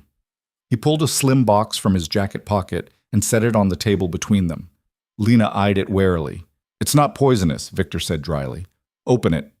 Inside was a smartphone, expensive and new. Lena's old phone had disappeared with her passport. "It's programmed with the villa's Wi-Fi," Victor explained. "You can call your father without supervision, check email, browse the internet, within reason." Within reason meaning you'll be monitoring everything? Meaning don't try to contact the American embassy or Google how to escape from the Italian mafia. He said it lightly, but his eyes were serious. "This is trust, Lena. Don't make me regret it." Trust. Or a test to see if she'd betray him. Lena couldn't tell which. "Thank you," she said carefully, taking the phone. "You've earned it. Marco says your training is progressing well. Signora Benedetti reports you're a quick study with the language, and you've been..." He paused, searching for the word. "Cooperative. At dinners, in public. I appreciate that. I'm playing my part." "Are you?" Victor leaned forward, elbows on his knees. "Or are you starting to adapt?" The question hit too close to something Lena had been trying not to examine, because the truth was, some things were getting easier. The Italian came more naturally each day. The routine felt less like prison and more like structure. She'd caught herself laughing at something Lucia said at a recent dinner, actually enjoying the conversation before remembering where she was and who she was with. "I'm surviving," Lena said finally. "That's all. And survival is the first step." Victor stood.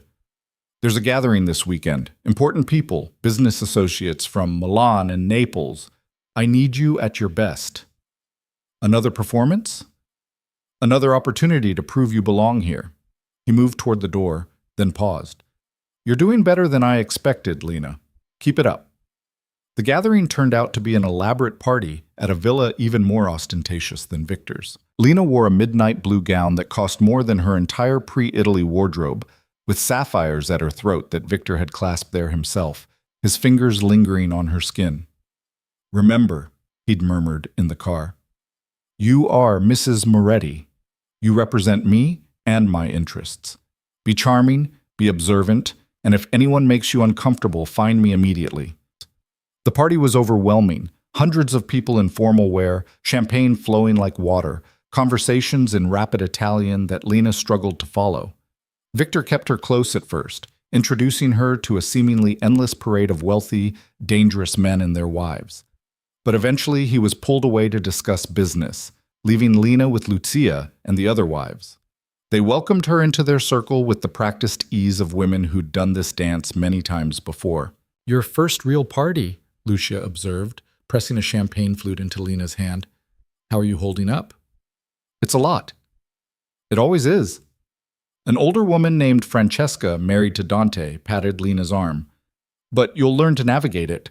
The trick is to look interested without actually listening to the business talk, and to remember faces even when you forget names." They were teaching her, Lena realized. Not out of kindness, necessarily, but because her failure would reflect on all of them. The wives had their own hierarchy, their own rules, and Lena was the newest member being shown the ropes. She was learning the difference between the various factions within Victor's organization when she felt eyes on her. Turning, Lena found a man staring at her from across the room. He was younger than most of the guests, early 30s maybe, with dark hair and darker eyes, handsome in a sharp, dangerous way. "Who is that?" Lena asked Lucia quietly. Lucia followed her gaze and her expression tightened. "That's Alessandro Conte. He runs operations in Naples, and you should stay very far away from him." "Why?" "Because he and Victor have history. Bad history. Alessandro was supposed to marry Victor's sister years ago, but the engagement was broken. Some say Alessandro still carries a grudge." Before Lena could ask more, Alessandro was approaching. The wives around her subtly shifted, forming a protective semicircle. "Mrs. Moretti," Alessandro said with a smile that didn't reach his eyes. "We haven't been formally introduced. I'm Alessandro Conte." Lena's training with Victor kicked in. Be polite, but distant. "Mr. Conte, how do you know my husband?" "We're old friends, business associates." He gestured to the party around them. "This world is smaller than it appears. Everyone knows everyone. I'm still learning the landscape." "Are you?" Those dark eyes assessed her with uncomfortable intensity. "You seem to be adapting well. Victor always did have excellent taste." Something in his tone made Lena's skin prickle. "If you'll excuse me." "One moment." Alessandro stepped closer, close enough that Lena could smell his cologne. "I wonder if Victor has told you the truth about what he does, about who he really is." "I know exactly who my husband is." "Do you?" He leaned in, voice dropping. "Do you know about the people who've died because of his orders, the families destroyed? Do you know what happened to the last woman foolish enough to cross him?" Lena's heart hammered, but she kept her face neutral. "I think you should step back." "I'm trying to help you. Victor Moretti is a monster, Mrs. Moretti, and you're just his latest—" "There you are." Victor's voice cut through the tension like a blade. He appeared at Lena's side, his hand immediately finding her waist, pulling her against him with obvious possession. The look he gave Alessandro could have frozen fire. "Conte, I see you've met my wife." "Just introducing myself." Alessandro's smile was all teeth. "She's lovely, Victor. Congratulations on your marriage." "Yes, I'm a very lucky man." Victor's fingers tightened on Lena's waist, just shy of painful. "If you'll excuse us, I need to speak with my wife. Privately." He guided Lena away before Alessandro could respond, his grip firm but controlled. They made it to a quiet corner of the villa before Victor stopped, turning to face her. "What did he say to you?" "Just introducing himself, like he said." "Lena." Victor's eyes bored into hers. "What did Alessandro say?" She hesitated, then repeated the conversation. Victor's expression grew darker with every word. "He's trying to turn you against me," he said finally. "Plant seeds of doubt? Make you question everything. That's what he does." "Is he wrong? About who you are, what you've done?" "No." Victor's honesty was brutal. "I've ordered deaths, destroyed lives, built my empire on blood and fear. You knew this when you married me." "I didn't have a choice when I married you." "No, you didn't." He cupped her face, forcing her to meet his eyes. "But you have a choice now. Believe Alessandro, let him poison you against me. Make yourself miserable. Or accept what I am and make the best of it. Those aren't really choices. They're the only ones available." His thumb brushed her cheekbone, the gesture almost tender. "I can't change my past, Lena. I can only control my future, and I meant what I said on our wedding day. I will protect you, even from men like Alessandro, who would use you to hurt me." "Why does he hate you so much?" Victor's jaw tightened. "That's a long story for another time. Right now, I need you to stay close to me for the rest of the night. Don't talk to Alessandro again. Don't let him corner you. Understand?" Lena nodded, and Victor's expression softened fractionally. He pressed a kiss to her forehead, the first time he'd done so outside of public performance, and guided her back to the party. The rest of the evening passed in a blur. Lena stayed glued to Victor's side, hyper-aware of Alessandro watching them from across the room. Whatever history existed between the two men, it was clearly unfinished and dangerous. The car ride home was silent. Victor stared out the window, his expression dark and brooding. Lena wanted to ask questions but couldn't find the words. Back at the villa, Victor dismissed their security detail and led Lena straight to their suite. Once inside, he poured himself a drink and drained it in one swallow. "I should have known he'd try something," he muttered. "Alessandro always was an opportunist." "What happened between you two?" Victor poured another drink, then surprised Lena by pouring one for her too. "My sister, Juliana. Alessandro was engaged to marry her 15 years ago. It would have united our families, strengthened both organizations." "What happened?" "She fell in love with someone else, a civilian, no connections to our world. She wanted out." Victor's expression was bleak. "I helped her escape, got her new papers, a new life in Canada. Alessandro felt betrayed. He's never forgiven me for choosing my sister's happiness over a strategic alliance." Lena processed this. "You helped her leave?" "She's my sister. Of course I helped her. But you won't let me leave." The parallel hung in the air between them.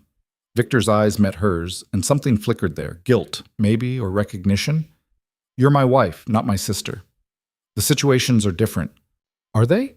Lena set down her untouched drink.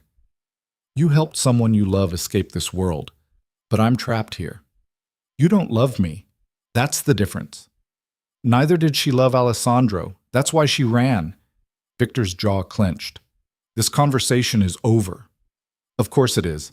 Can't have me pointing out your hypocrisy." He moved fast, crossing the space between them in 2 strides and gripping her arms.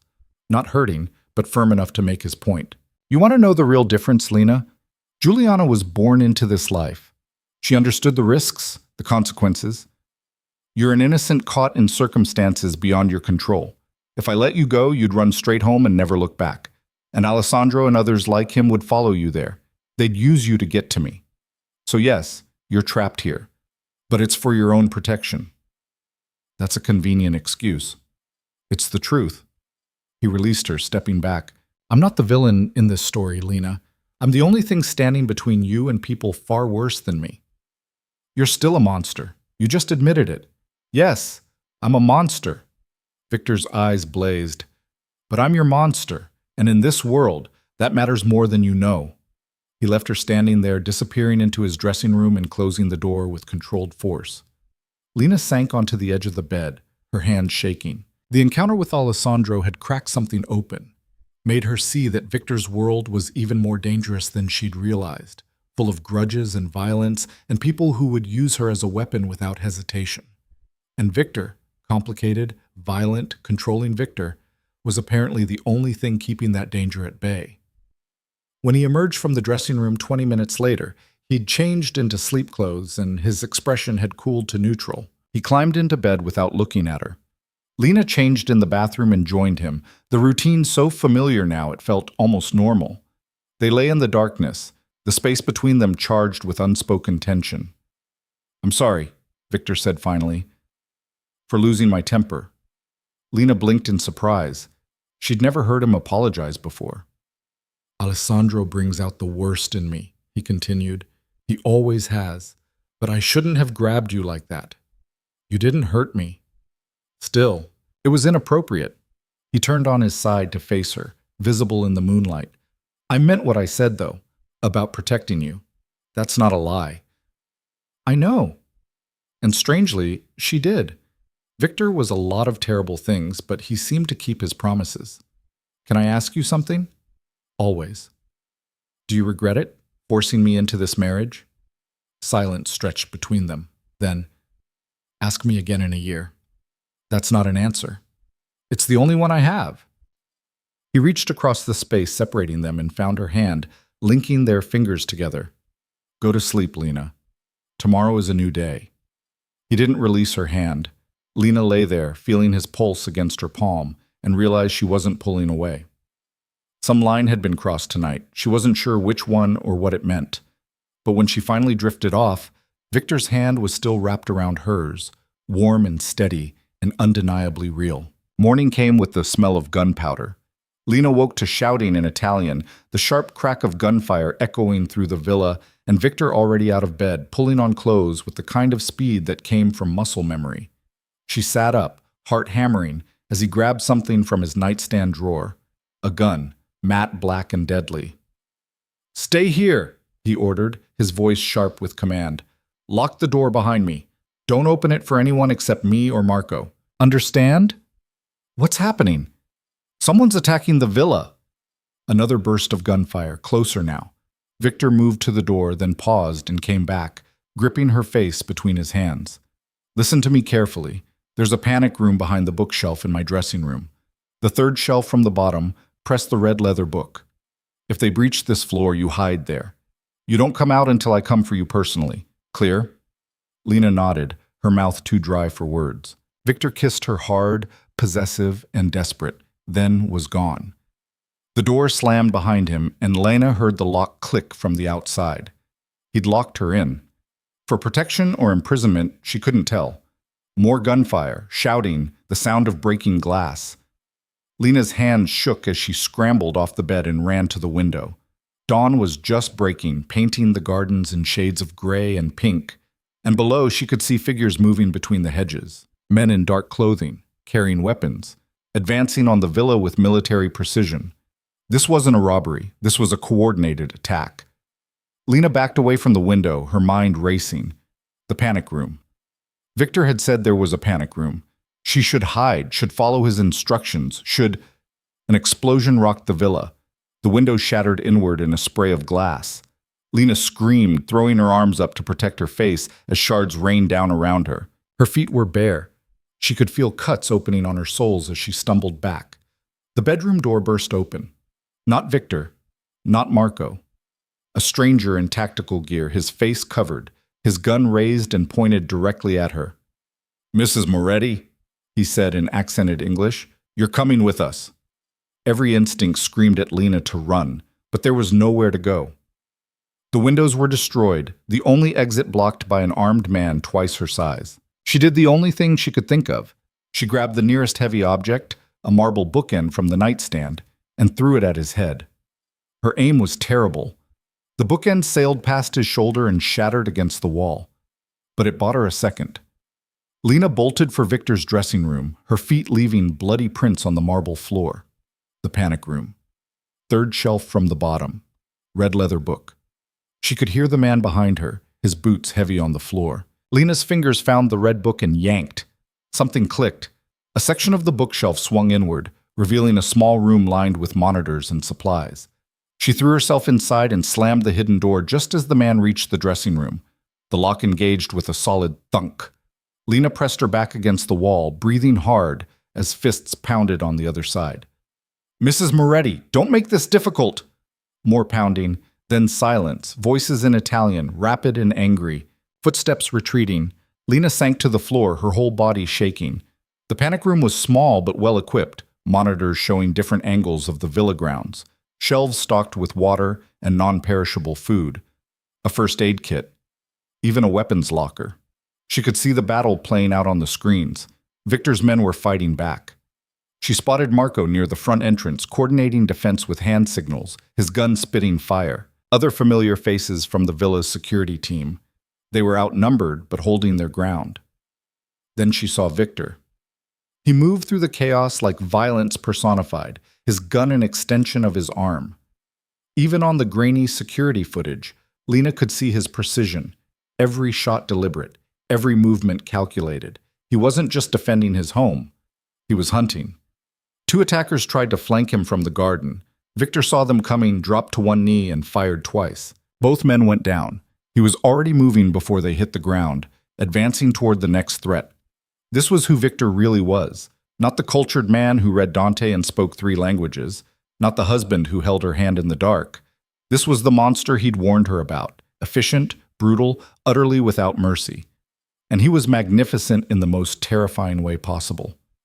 The battle lasted 20 minutes, though it felt like hours. Lena watched the monitors as Victor's men systematically eliminated the attackers. Some were captured, zip-tied, and dragged into the villa. Others retreated, vanishing into the woods beyond the property line. A few didn't retreat at all. Finally, Victor appeared on the monitor showing the main hallway outside their suite. He was covered in blood. Whether his or someone else's, Lena couldn't tell. He spoke into a radio, received a response, then approached the bedroom. "Lena." His voice carried through the door. It's me. It's over. You can come out now. Lena's hands fumbled with the lock. The bookshelf door swung open and she stumbled out, her feet screaming in pain from the glass cuts. Victor was there instantly, catching her before she could fall. You're hurt. His eyes went to her feet, then scanned her for other injuries. Where else? Just my feet, the windows. They exploded. There was glass everywhere. Shh, I've got you. He lifted her effortlessly, carrying her to the bed and setting her down with surprising gentleness. His hands were steady as he examined her feet, picking out visible shards of glass with careful precision. This is going to hurt. He wasn't wrong. Lena bit down on her lip hard enough to taste blood as Victor cleaned and bandaged her feet with supplies from the first aid kit. His touch was gentle but efficient, the same controlled violence he'd shown with the gun now channeled into care. Who were they? Lena asked when she could speak without screaming. Alessandro's men. Victor's voice was flat with rage. The attack was his message. He wants a war. He'll get one. Alessandro? The man from the party? The same. Victor finished bandaging her feet and stood, his jaw clenched. He wanted to send a message by taking you. Show me he could reach into my home, take what's mine. He failed. How do you know it was him? Because I'm currently interrogating 3 of his men in my basement. Victor's expression was arctic, and they're very motivated to talk. The casual way he said it made Lena's stomach turn. What are you going to do to them? Nothing you need to worry about. He cupped her face, his bloody hands leaving marks on her cheeks. You did well. You remembered the panic room. You stayed hidden. I'm proud of you. Proud. Like she was a child who'd followed directions correctly. But underneath the condescension, Lena heard genuine relief. Victor had been afraid for her. Actually afraid. You're covered in blood, she said quietly. Most of it's not mine. He glanced down at himself like he'd forgotten. I need to shower, change, deal with the aftermath. Will you be all right here for a few minutes? Lena nodded, and Victor disappeared into his dressing room. She heard the shower start, heard him moving around, and tried to process what had just happened. Men had attacked the villa. Attacked her.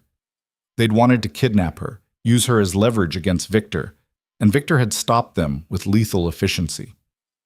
She should be terrified, should be planning to run the moment the opportunity presented itself. But instead, Lena found herself thinking about the way Victor had checked her injuries first, before dealing with anything else.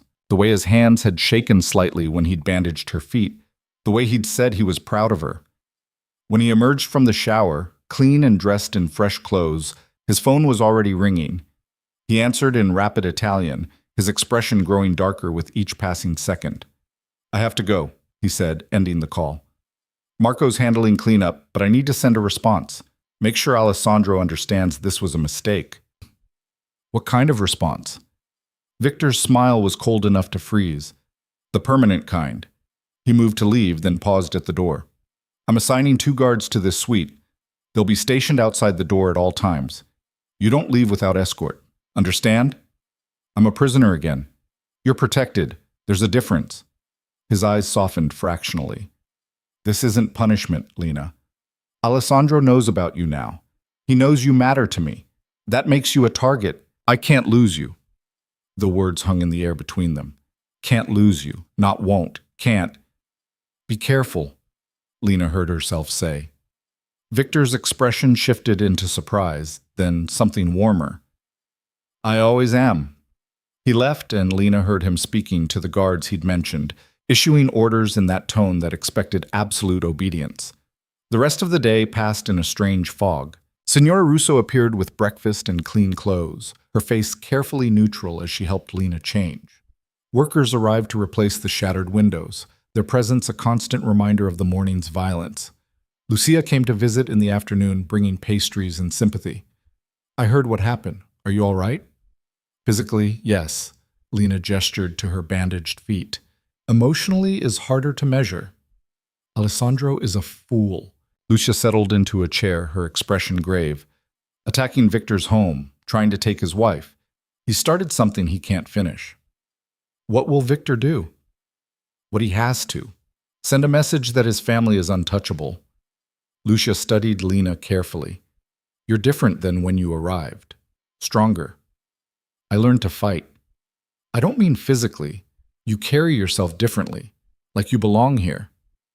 Lucia leaned forward. That's good. The other wives, we were talking. You've earned respect. Not many do that so quickly. Lena didn't know how to respond. Respect from the wives of criminals wasn't something she'd been seeking, but apparently she'd gained it anyway. Victor didn't return until well after midnight. Lena was in bed pretending to read, but actually listening for his footsteps. When he finally entered the suite, he looked exhausted, dark circles under his eyes, his movements heavy with fatigue. Is it done? Lena asked. It's done. He sat on the edge of the bed, his shoulders slumping. Alessandro won't be a problem anymore. You killed him. I sent people who killed his people. The message was delivered. Victor's eyes met hers. Does that horrify you? It should. Lena knew it should, but all she could think about was the man who'd burst into their bedroom with a gun, who'd tried to take her, who would have done something terrible if Victor hadn't stopped him. No, she said quietly, it doesn't. Victor's expression shifted, surprise giving way to something darker, more intense. You're adapting. I'm surviving, like you said. It's more than that. He reached out, his fingers brushing her cheek. You're becoming one of us. The words should have felt like an insult. Instead, they felt like recognition. Lena had crossed some invisible line this morning. She'd hidden in a panic room instead of trying to escape. She'd been relieved when Victor survived. She'd felt satisfaction when Lucia said Alessandro wouldn't be a problem.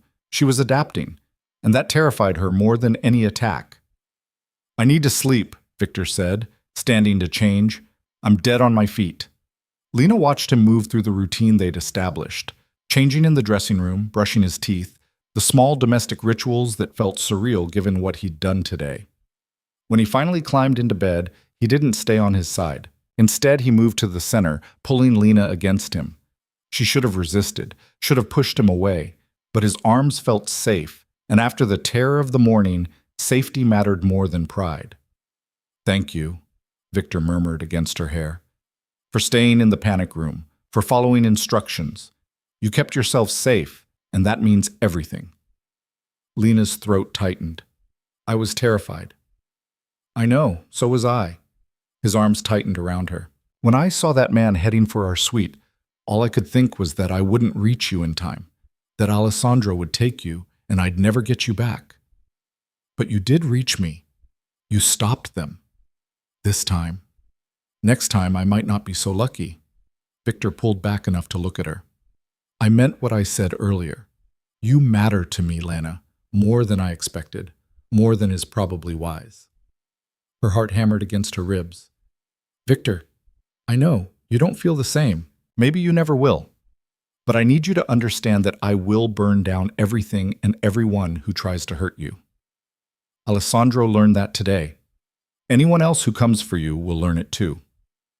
It was the closest thing to a declaration of love Lena had ever heard from him, wrapped in threats and violence, but somehow still sincere. She didn't know what to say, so she did the only thing that felt right. She kissed him. It was different from their wedding kiss. That had been performance, obligation. This was choice. Lena pressed her lips to Victor's and felt him go still with surprise before his hands came up to cradle her face, deepening the kiss into something consuming. When they finally broke apart, Victor's eyes were dark with want and confusion. What was that? I don't know, Lena admitted. Maybe gratitude? Maybe adrenaline? Maybe I'm just tired of fighting. Don't do that unless you mean it. His voice was rough. Don't kiss me out of obligation or fear or because you think it's what I want. I can handle your hatred, Lena. I can't handle false affection. It wasn't false. The words escaped before Lena could stop them, and she realized with a start that they were true. Somewhere in the past weeks, something had shifted. The hatred hadn't disappeared, but it had been joined by something else. Familiarity, grudging respect, maybe even the beginnings of trust. Victor searched her face like he was looking for lies and finding none. Then he kissed her again, slower this time, thorough and devastating. His hands tangled in her hair, his body pressing against hers in a way that made Lena's breath catch. We should stop, he said against her lips, though he made no move to pull away. Why? Because if we don't, I won't be able to. And I promised I wouldn't push you. Lena's hands found the hem of his shirt, sliding underneath to touch warm skin and hard muscle. What if I'm saying you don't have to wait anymore? Victor's control cracked. He pulled back, his eyes searching hers with desperate intensity. Be sure, Lena. Be absolutely sure. Because once we cross this line, there's no going back. Was she sure? Lena examined her feelings, trying to untangle the mess of emotions. Fear was still there, buried but present. Anger, too, at her situation and the choices stolen from her. But underneath it all was something new, desire, genuine and startling. Not just physical, though Victor's hands on her skin definitely sparked that, but a desire to stop fighting, to accept this reality and find whatever happiness was possible within it. I'm sure, she said. What followed was nothing like Lena had imagined. Victor was controlled even in passion, his touches careful and seeking, constantly checking that she was with him. He took his time, learning her body with the same focused intensity he applied to everything else. When they finally came together, it felt less like surrender and more like claiming something that had been building between them for weeks. Afterward, they lay tangled in sweat-damp sheets, Lena's head on Victor's chest, listening to his heartbeat slow to normal. His fingers traced idle patterns on her back. I didn't expect that, he said quietly. Today of all days. Maybe that's why. Death makes you want to feel alive. Very philosophical for someone who just lost their virginity to a crime lord. Lena lifted her head to glare at him. How did you? I pay attention. His smile was gentle, not mocking. Was I your first? Heat flooded her cheeks. Does it matter? Only because I would have been more careful if I'd known. You were careful enough. Lena laid her head back down, feeling suddenly vulnerable. This doesn't change everything, you know. I'm still angry about how this started. I still hate that I didn't have a choice. I know. Victor's arms tightened around her. But maybe we can build something real anyway. Not instead of the anger, but alongside it. It was the most honest thing he'd said to her. No promises that everything would be perfect. No declarations that she'd learn to love him. Just an acknowledgement that they were both in this mess together and might as well make the best of it. Maybe, Lena agreed. They fell asleep like that, wrapped around each other, and for the first time since arriving in Italy, Lena didn't dream of escape. The next weeks brought more changes. Victor began including her in business discussions, not the violent parts, but the legitimate operations that formed the backbone of his empire. Real estate holdings, import businesses, investments. He explained the complex web of relationships that governed their world, teaching her to read people and situations. Marco's training intensified. After the attack, both he and Victor agreed Lena needed to be able to actually fight, not just defend. She learned to shoot, her aim improving with practice until she could hit center mass consistently at 20 feet. She learned knife work, pressure points, how to kill someone quickly if necessary. The knowledge should have disturbed her. Instead, it felt empowering, like she was taking back some control over her life and safety. Her Italian was nearly fluent now. She could follow conversations, contribute meaningfully at dinners, even crack jokes that made the other wives laugh. The villa felt less like a prison and more like home, especially when Victor was there. Their relationship shifted into something Lena couldn't quite define. Not love, not yet, maybe never, but partnership. They talked late into the night about books and philosophy, argued about politics and morality, found common ground in unexpected places. The physical intimacy continued, growing more natural each time, until Lena stopped counting and just enjoyed it. She called her father weekly, and Robert sounded stronger each time. He'd found work, was attending therapy, was rebuilding his life. He always asked if she was happy, and Lena found herself saying yes more often than not. It wasn't the life she'd chosen, but it was becoming a life she could accept. 2 months after the attack, Lena woke up nauseous. At first, she blamed bad seafood from dinner, but when the nausea persisted for 3 days, accompanied by exhaustion and tender breasts, a terrible suspicion formed. She waited until Victor left for a meeting, then asked Signora Russo for a pregnancy test. The older woman's knowing look made Lena's stomach clench, but she produced 3 tests without comment. All three showed the same result. 2 pink lines. Positive. Lena sat on the bathroom floor, staring at the plastic sticks, trying to process. Pregnant. She was pregnant with Victor's child, the man who'd essentially bought her, who'd forced her into marriage, who'd shown her violence and tenderness in equal measure, terror warred with something else. A tentative, fragile hope. A baby would change everything. Would bind her to Victor permanently, yes, but would also give her something that was entirely hers. A family. A purpose beyond survival. She was still sitting there when Victor came home hours earlier than expected. He found her on the bathroom floor, surrounded by positive pregnancy tests, tears streaming down her face. Lena? He dropped to his knees beside her. What's wrong? Are you hurt? She couldn't speak, just handed him one of the tests. Victor stared at it for a long moment, his expression unreadable. Then he looked at her, and Lena saw something break open in his eyes. Joy, raw and overwhelming. You're pregnant, he said, his voice cracking on the words. I'm pregnant, Lena confirmed.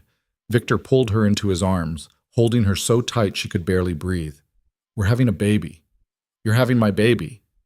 Are you happy? The question came out small, uncertain. Happy? Victor laughed, the sound wet with emotion. Lena, I'm terrified. I'm ecstatic. He pulled back to look at her. Are you happy? Was she? Lena examined her feelings and found the answer surprising her. Yes, I think I am. Then we're going to do this right. Victor's hands framed her face. No more half measures. I'm going to give you and this baby everything. Protection, stability, a real family. Whatever you need. I need you to be safe. The words burst out before Lena could stop them. No more wars with Alessandro or anyone else. No more putting yourself in danger. Our child deserves a father who comes home. Victor's expression grew serious.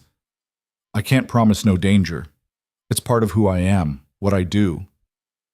Then change what you do. Lena gripped his shirt. You have legitimate businesses. Focus on those. Let Marco handle the dangerous parts.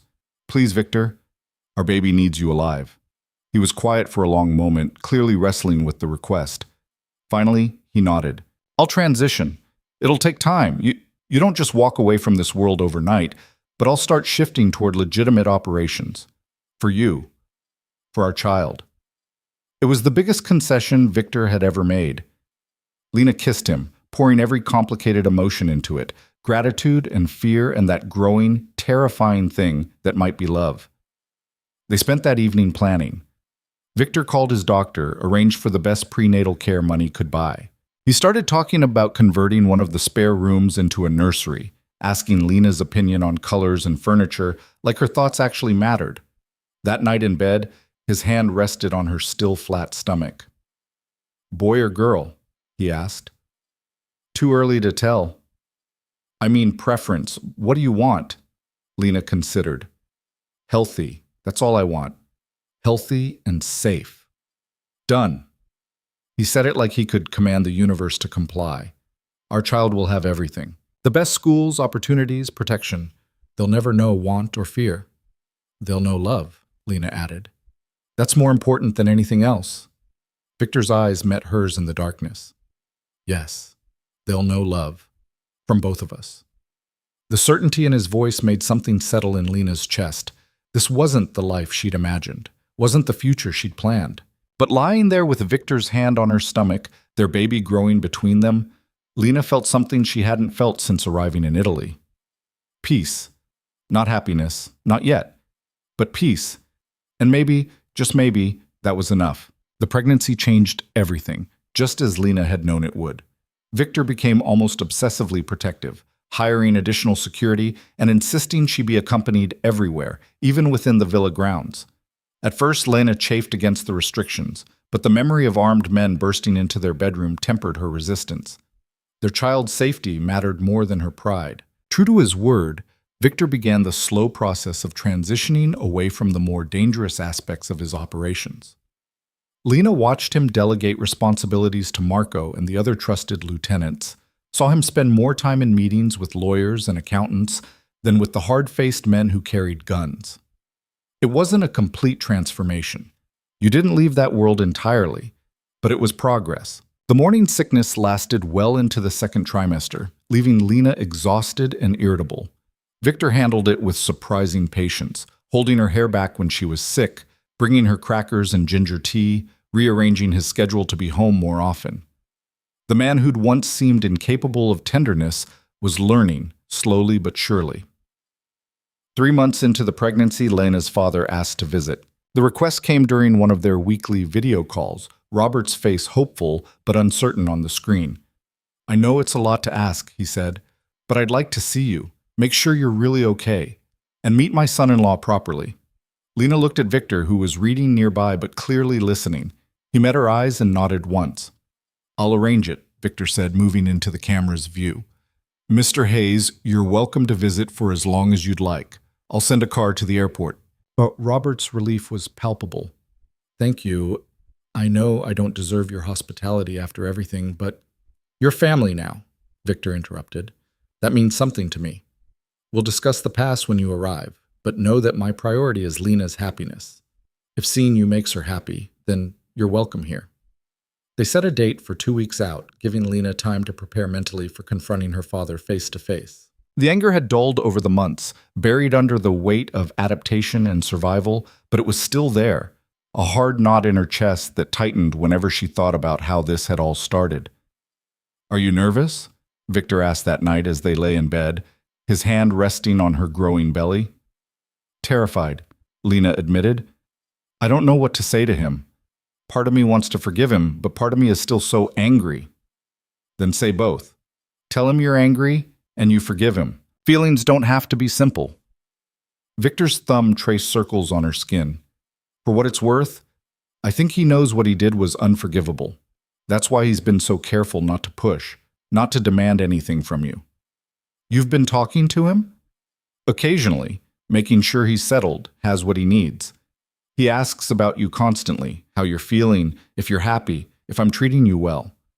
Victor's smile was slight. "I think he's terrified I'm going to hurt you." "Are you going to hurt me?" "Never intentionally." He pulled her closer. "You and this baby are everything to me now, Lena. I know I don't say it often enough, but it's true. You've changed my entire world." Lena turned in his arms to face him. "I need to tell you something." Concern flickered across his face. "What's wrong?" "Nothing's wrong. She took a breath, gathering courage. "I think I'm falling in love with you. I know that's insane given how this started, and I still hate that I never had a choice. But somewhere along the way, you stopped being my captor and started being mine." Victor's expression cracked open, vulnerability showing through the usual control. "Say that again." "I love you." The words came easier the second time. "I don't know when it happened or how, but I do. I love you, Victor Moretti, and I'm choosing to stay even though I could probably run now if I really wanted to. I'm choosing this life, this family, you." He kissed her with a desperation that stole her breath, his hands tangling in her hair like he was afraid she'd disappear. When they finally broke apart, his eyes were wet. "I've loved you since the moment you threw that bookend at the intruder," he said roughly. "Maybe before. You were supposed to be a transaction, a way to settle a debt. Instead, you became the most important thing in my life. Everything I'm doing, the transition, the changes, it's all for you, to be worthy of you. You don't have to be worthy, you just have to be here, be present, be real with me." "I can do that." He pressed his forehead to hers. "I love you, Lena. More than I knew I was capable of loving anyone." They made love slowly that night, a reaffirmation of everything they'd become to each other. Afterward, wrapped in each other's arms, Lena felt the last pieces of her resistance crumble. This was her life now. Not the life she'd planned, but the life she was building with a man who'd started as her enemy and become her everything. Robert arrived on a crisp October morning, the villa's gardens ablaze with autumn colors. Lena waited in the entrance hall, Victor beside her, his hand a steady presence on her lower back. When her father stepped through the doors, she was shocked by how much older he looked. Hair grayer, lines deeper, but his eyes clearer than she'd seen them in years. "Lena," her name came out choked. "Look at you." She was 5 months pregnant now, her belly rounded and obvious beneath the flowing dress. Robert's eyes went to it, then to Victor, then back to her face. "Hi, Dad." They stood there awkwardly until Victor stepped forward, extending his hand. "Mr. Hayes, welcome to our home." Robert shook it, clearly nervous. "Thank you for having me. And for taking care of my daughter." "She takes care of herself these days. I just try to keep up." Victor glanced at Lena. "I'll give you two some privacy. Robert, we'll talk later. For now, your daughter has things she needs to say to you." He left them alone in the sitting room, and Lena gestured for her father to sit. The silence stretched uncomfortably. "You look good," Robert finally said. "Healthy. Happy, even." "I am. Both of those things."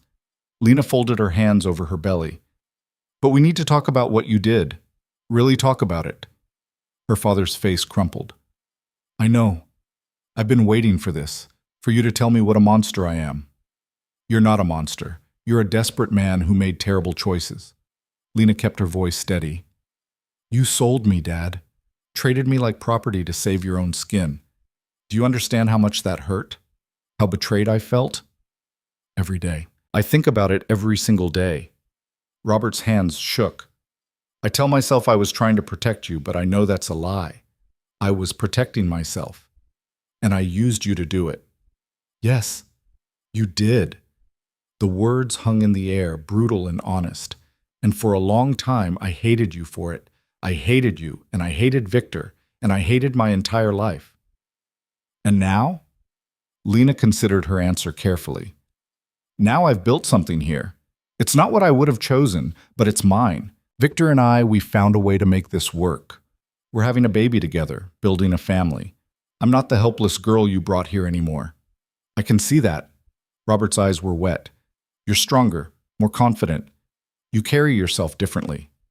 "I had to become stronger to survive, but that doesn't mean I forgive you easily." Lena leaned forward. "I need you to understand something. You don't get credit for how this turned out. You don't get to feel better because I'm happy now. What you did was unforgivable, and I'm only letting you into my life again because I'm choosing to, not because you've earned it." The words were harsh but necessary. Robert flinched but nodded.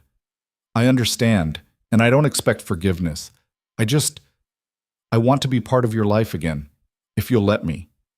Be a grandfather to this baby. Maybe earn back a fraction of what I lost." "Then here are my terms." Lena's voice was firm. "You can visit, but you can't stay here. You can be involved in the baby's life, but you'll respect my boundaries, and you'll never, ever make decisions about my life again. I'm done being your pawn or your redemption project. Understood?" "Understood." Robert wiped his eyes. "Thank you for giving me even this much." They talked for another hour, working through years of hurt and betrayal with an honesty that was painful but necessary. By the end, Lena felt lighter. Not forgiven, exactly, but having drawn a line between past and future. Her father would be part of her life, but on her terms now. Victor found them later in the garden, walking slowly while Robert asked tentative questions about the pregnancy, and Lena answered with careful warmth. He approached with his usual confidence, but Lena saw the slight tension in his shoulders. He was nervous about this conversation, too. "Mr. Hayes," Victor said, "might we speak privately?" Lena started to protest, but her father squeezed her hand. "It's all right. We should talk, your husband and I." She left them on the terrace and retreated to the library, trying to focus on a book, but mostly just wondering what they were saying. An hour passed before Victor found her. "How did it go?" she asked immediately. "Better than expected." He settled beside her on the couch. Your father apologized, extensively. "I told him I understood desperation, even if I didn't approve of his methods." "Did you threaten him?" "Only a little." Victor's smile was slight.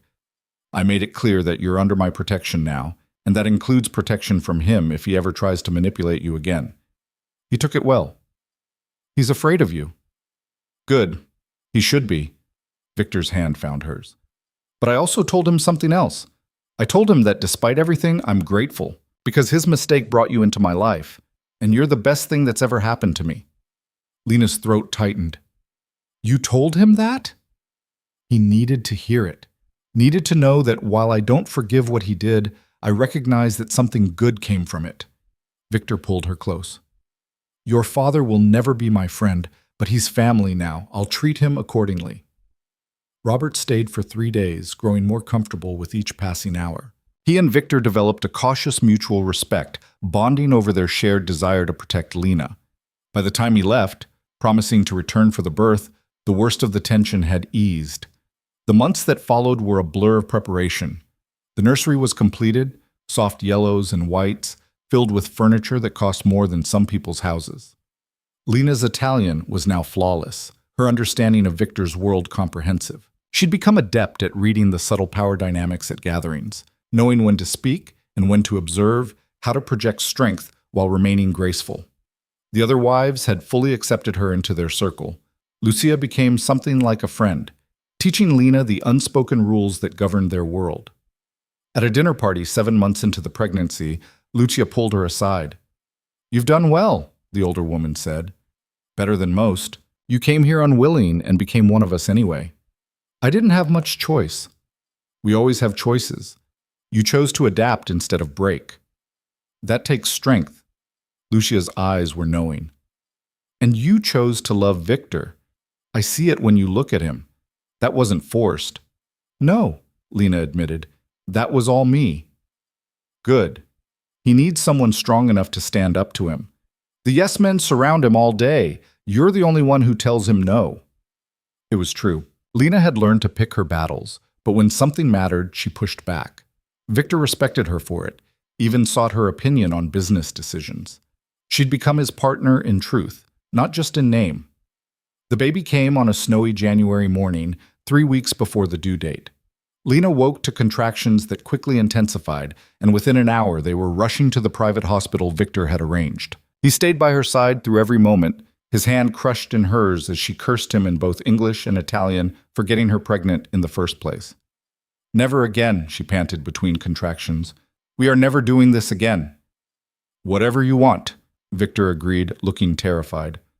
Just breathe, amore. You're doing amazing. 8 hours later, their daughter entered the world, screaming her outrage at the indignity of birth. The doctor placed her on Lena's chest, and time seemed to stop. She was perfect, dark hair like Victor's, but with Lena's eyes, tiny and furious, and absolutely beautiful. A girl, Lena breathed, tears streaming down her face. We have a daughter. Victor was crying too, unabashedly, as he kissed Lena's forehead and stared at their baby with awe. She's perfect. You're perfect, both of you. They named her Sofia, after Victor's grandmother. Sofia Giuliana Moretti, carrying the name of the sister who'd escaped to freedom and the legacy of a family being reborn. Recovery was brutal, but Victor was there for every moment, changing diapers at 3 a.m., walking a colicky baby for hours, learning to swaddle and feed and soothe with the same focused intensity he'd once applied to violence. Watching him cradle Sofia in his massive hands, singing Italian lullabies in his rumbling voice, Lena fell in love with him all over again. Robert visited when Sofia was 2 weeks old, his face crumpling the moment he held his granddaughter. She's beautiful, just like her mother. She has your nose, Lena pointed out, and her father laughed wetly. Poor thing. It was the first joke they'd shared since before Italy, and it felt like healing. The next year passed in a blur of sleepless nights and first smiles, of watching Sofia grow and change daily. Victor was a devoted father, rearranging his entire schedule around his daughter's needs. He completed his transition to legitimate business, officially retiring from the dangerous aspects of his empire. Marco took over those operations, and while Victor remained the ultimate authority, he was removed from the day-to-day violence. I want Sofia to know her father, he explained one night as they watched their sleeping daughter. Not wonder if I'm coming home, not grow up afraid. She'll know you, Lena assured him, and she'll know she was loved enough that you changed your entire life for her. When Sofia was 18 months old, Lena discovered she was pregnant again. Victor's reaction was pure joy, tempered by concern for Lena's health. This pregnancy was easier. No morning sickness, more energy, a sense of confidence that came from knowing what to expect. Their son was born on a brilliant summer day, healthy and screaming. They named him Marco Robert. Marco for the man who'd protected them both. Robert for the grandfather who'd found redemption through his grandchildren. Victor sobbed when he held his son for the first time, this powerful man reduced to tears by the tiny life in his arms. Two perfect children, he said to Lena later, both babies sleeping in the nursery while their parents finally had a moment alone. You've given me everything. We gave each other everything, Lena corrected. This family, this life, we built it together. She meant it. The girl who'd been dragged to Italy against her will was gone, replaced by a woman who'd forged her own path through impossible circumstances. Lena had transformed from victim to survivor to something more. A mother, a partner, a force in her own right. The villa that had once felt like a prison now felt like home. She'd made it hers, filling it with warmth and laughter and the chaos of young children. The gardens where she'd once plotted escape were now where Sophia took her first steps. The bedroom where she'd cried herself to sleep was now where she fell asleep in her husband's arms, content and loved. On their 5th anniversary, Victor surprised her with a trip, just the two of them, leaving the children with Lucia and Marco for a long weekend.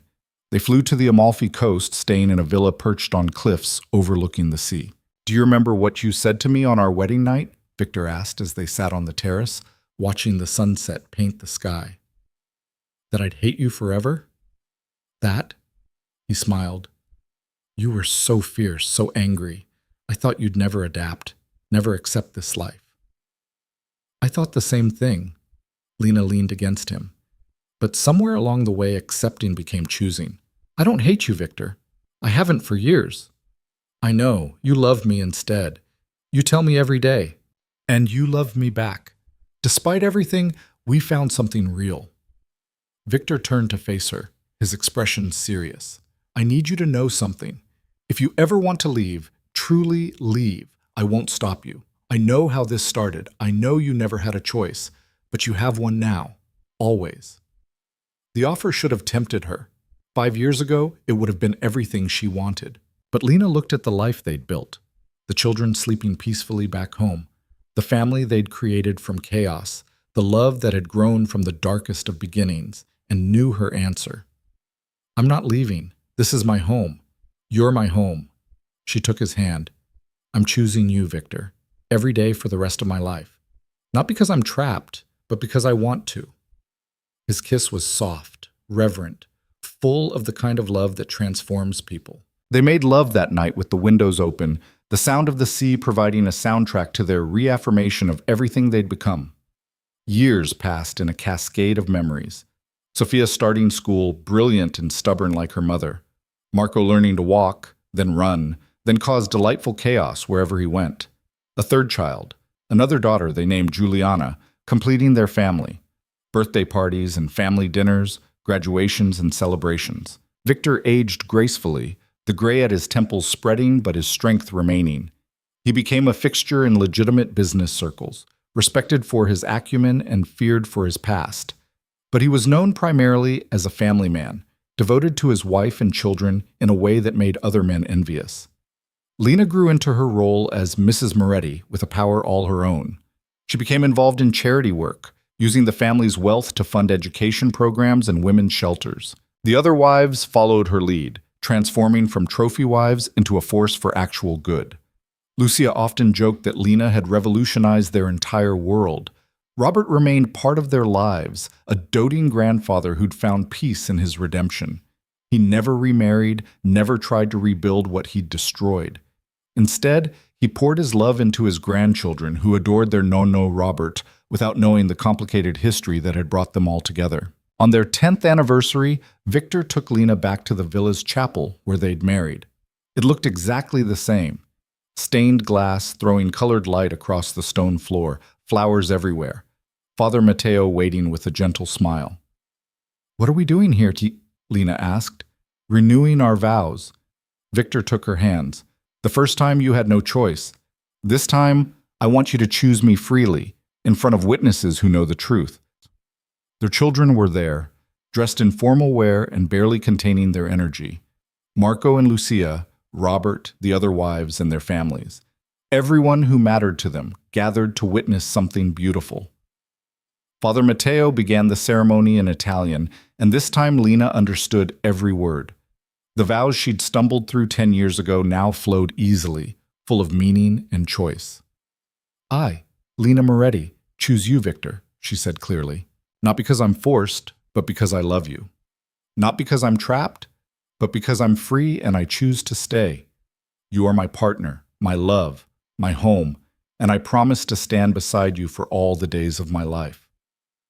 Victor's vows were equally powerful, his voice strong despite the tears in his eyes. I, Victor Moretti, choose you, Lena. You took a monster and made him a man. You transformed a house into a home. You gave me children, purpose, and a love I never thought I deserved. I promise to honor you, protect you, cherish you, and above all, to give you the choice I once stole. Every day, I choose you. Every day, I hope you choose me back. I do, Lena whispered. I do, Victor echoed. Their kiss was witnessed by applause and cheers, their children running forward to be swept up in their parents' embrace. The photographer captured the moment. A family united, a love hard won, a future bright with possibility. That night, after the celebration had ended and the children were asleep, Lena and Victor stood on the terrace overlooking the gardens. The same gardens where she'd once plotted escape, where she'd learned to fight, where she'd slowly fallen in love with the man who'd claimed her. Do you ever regret it?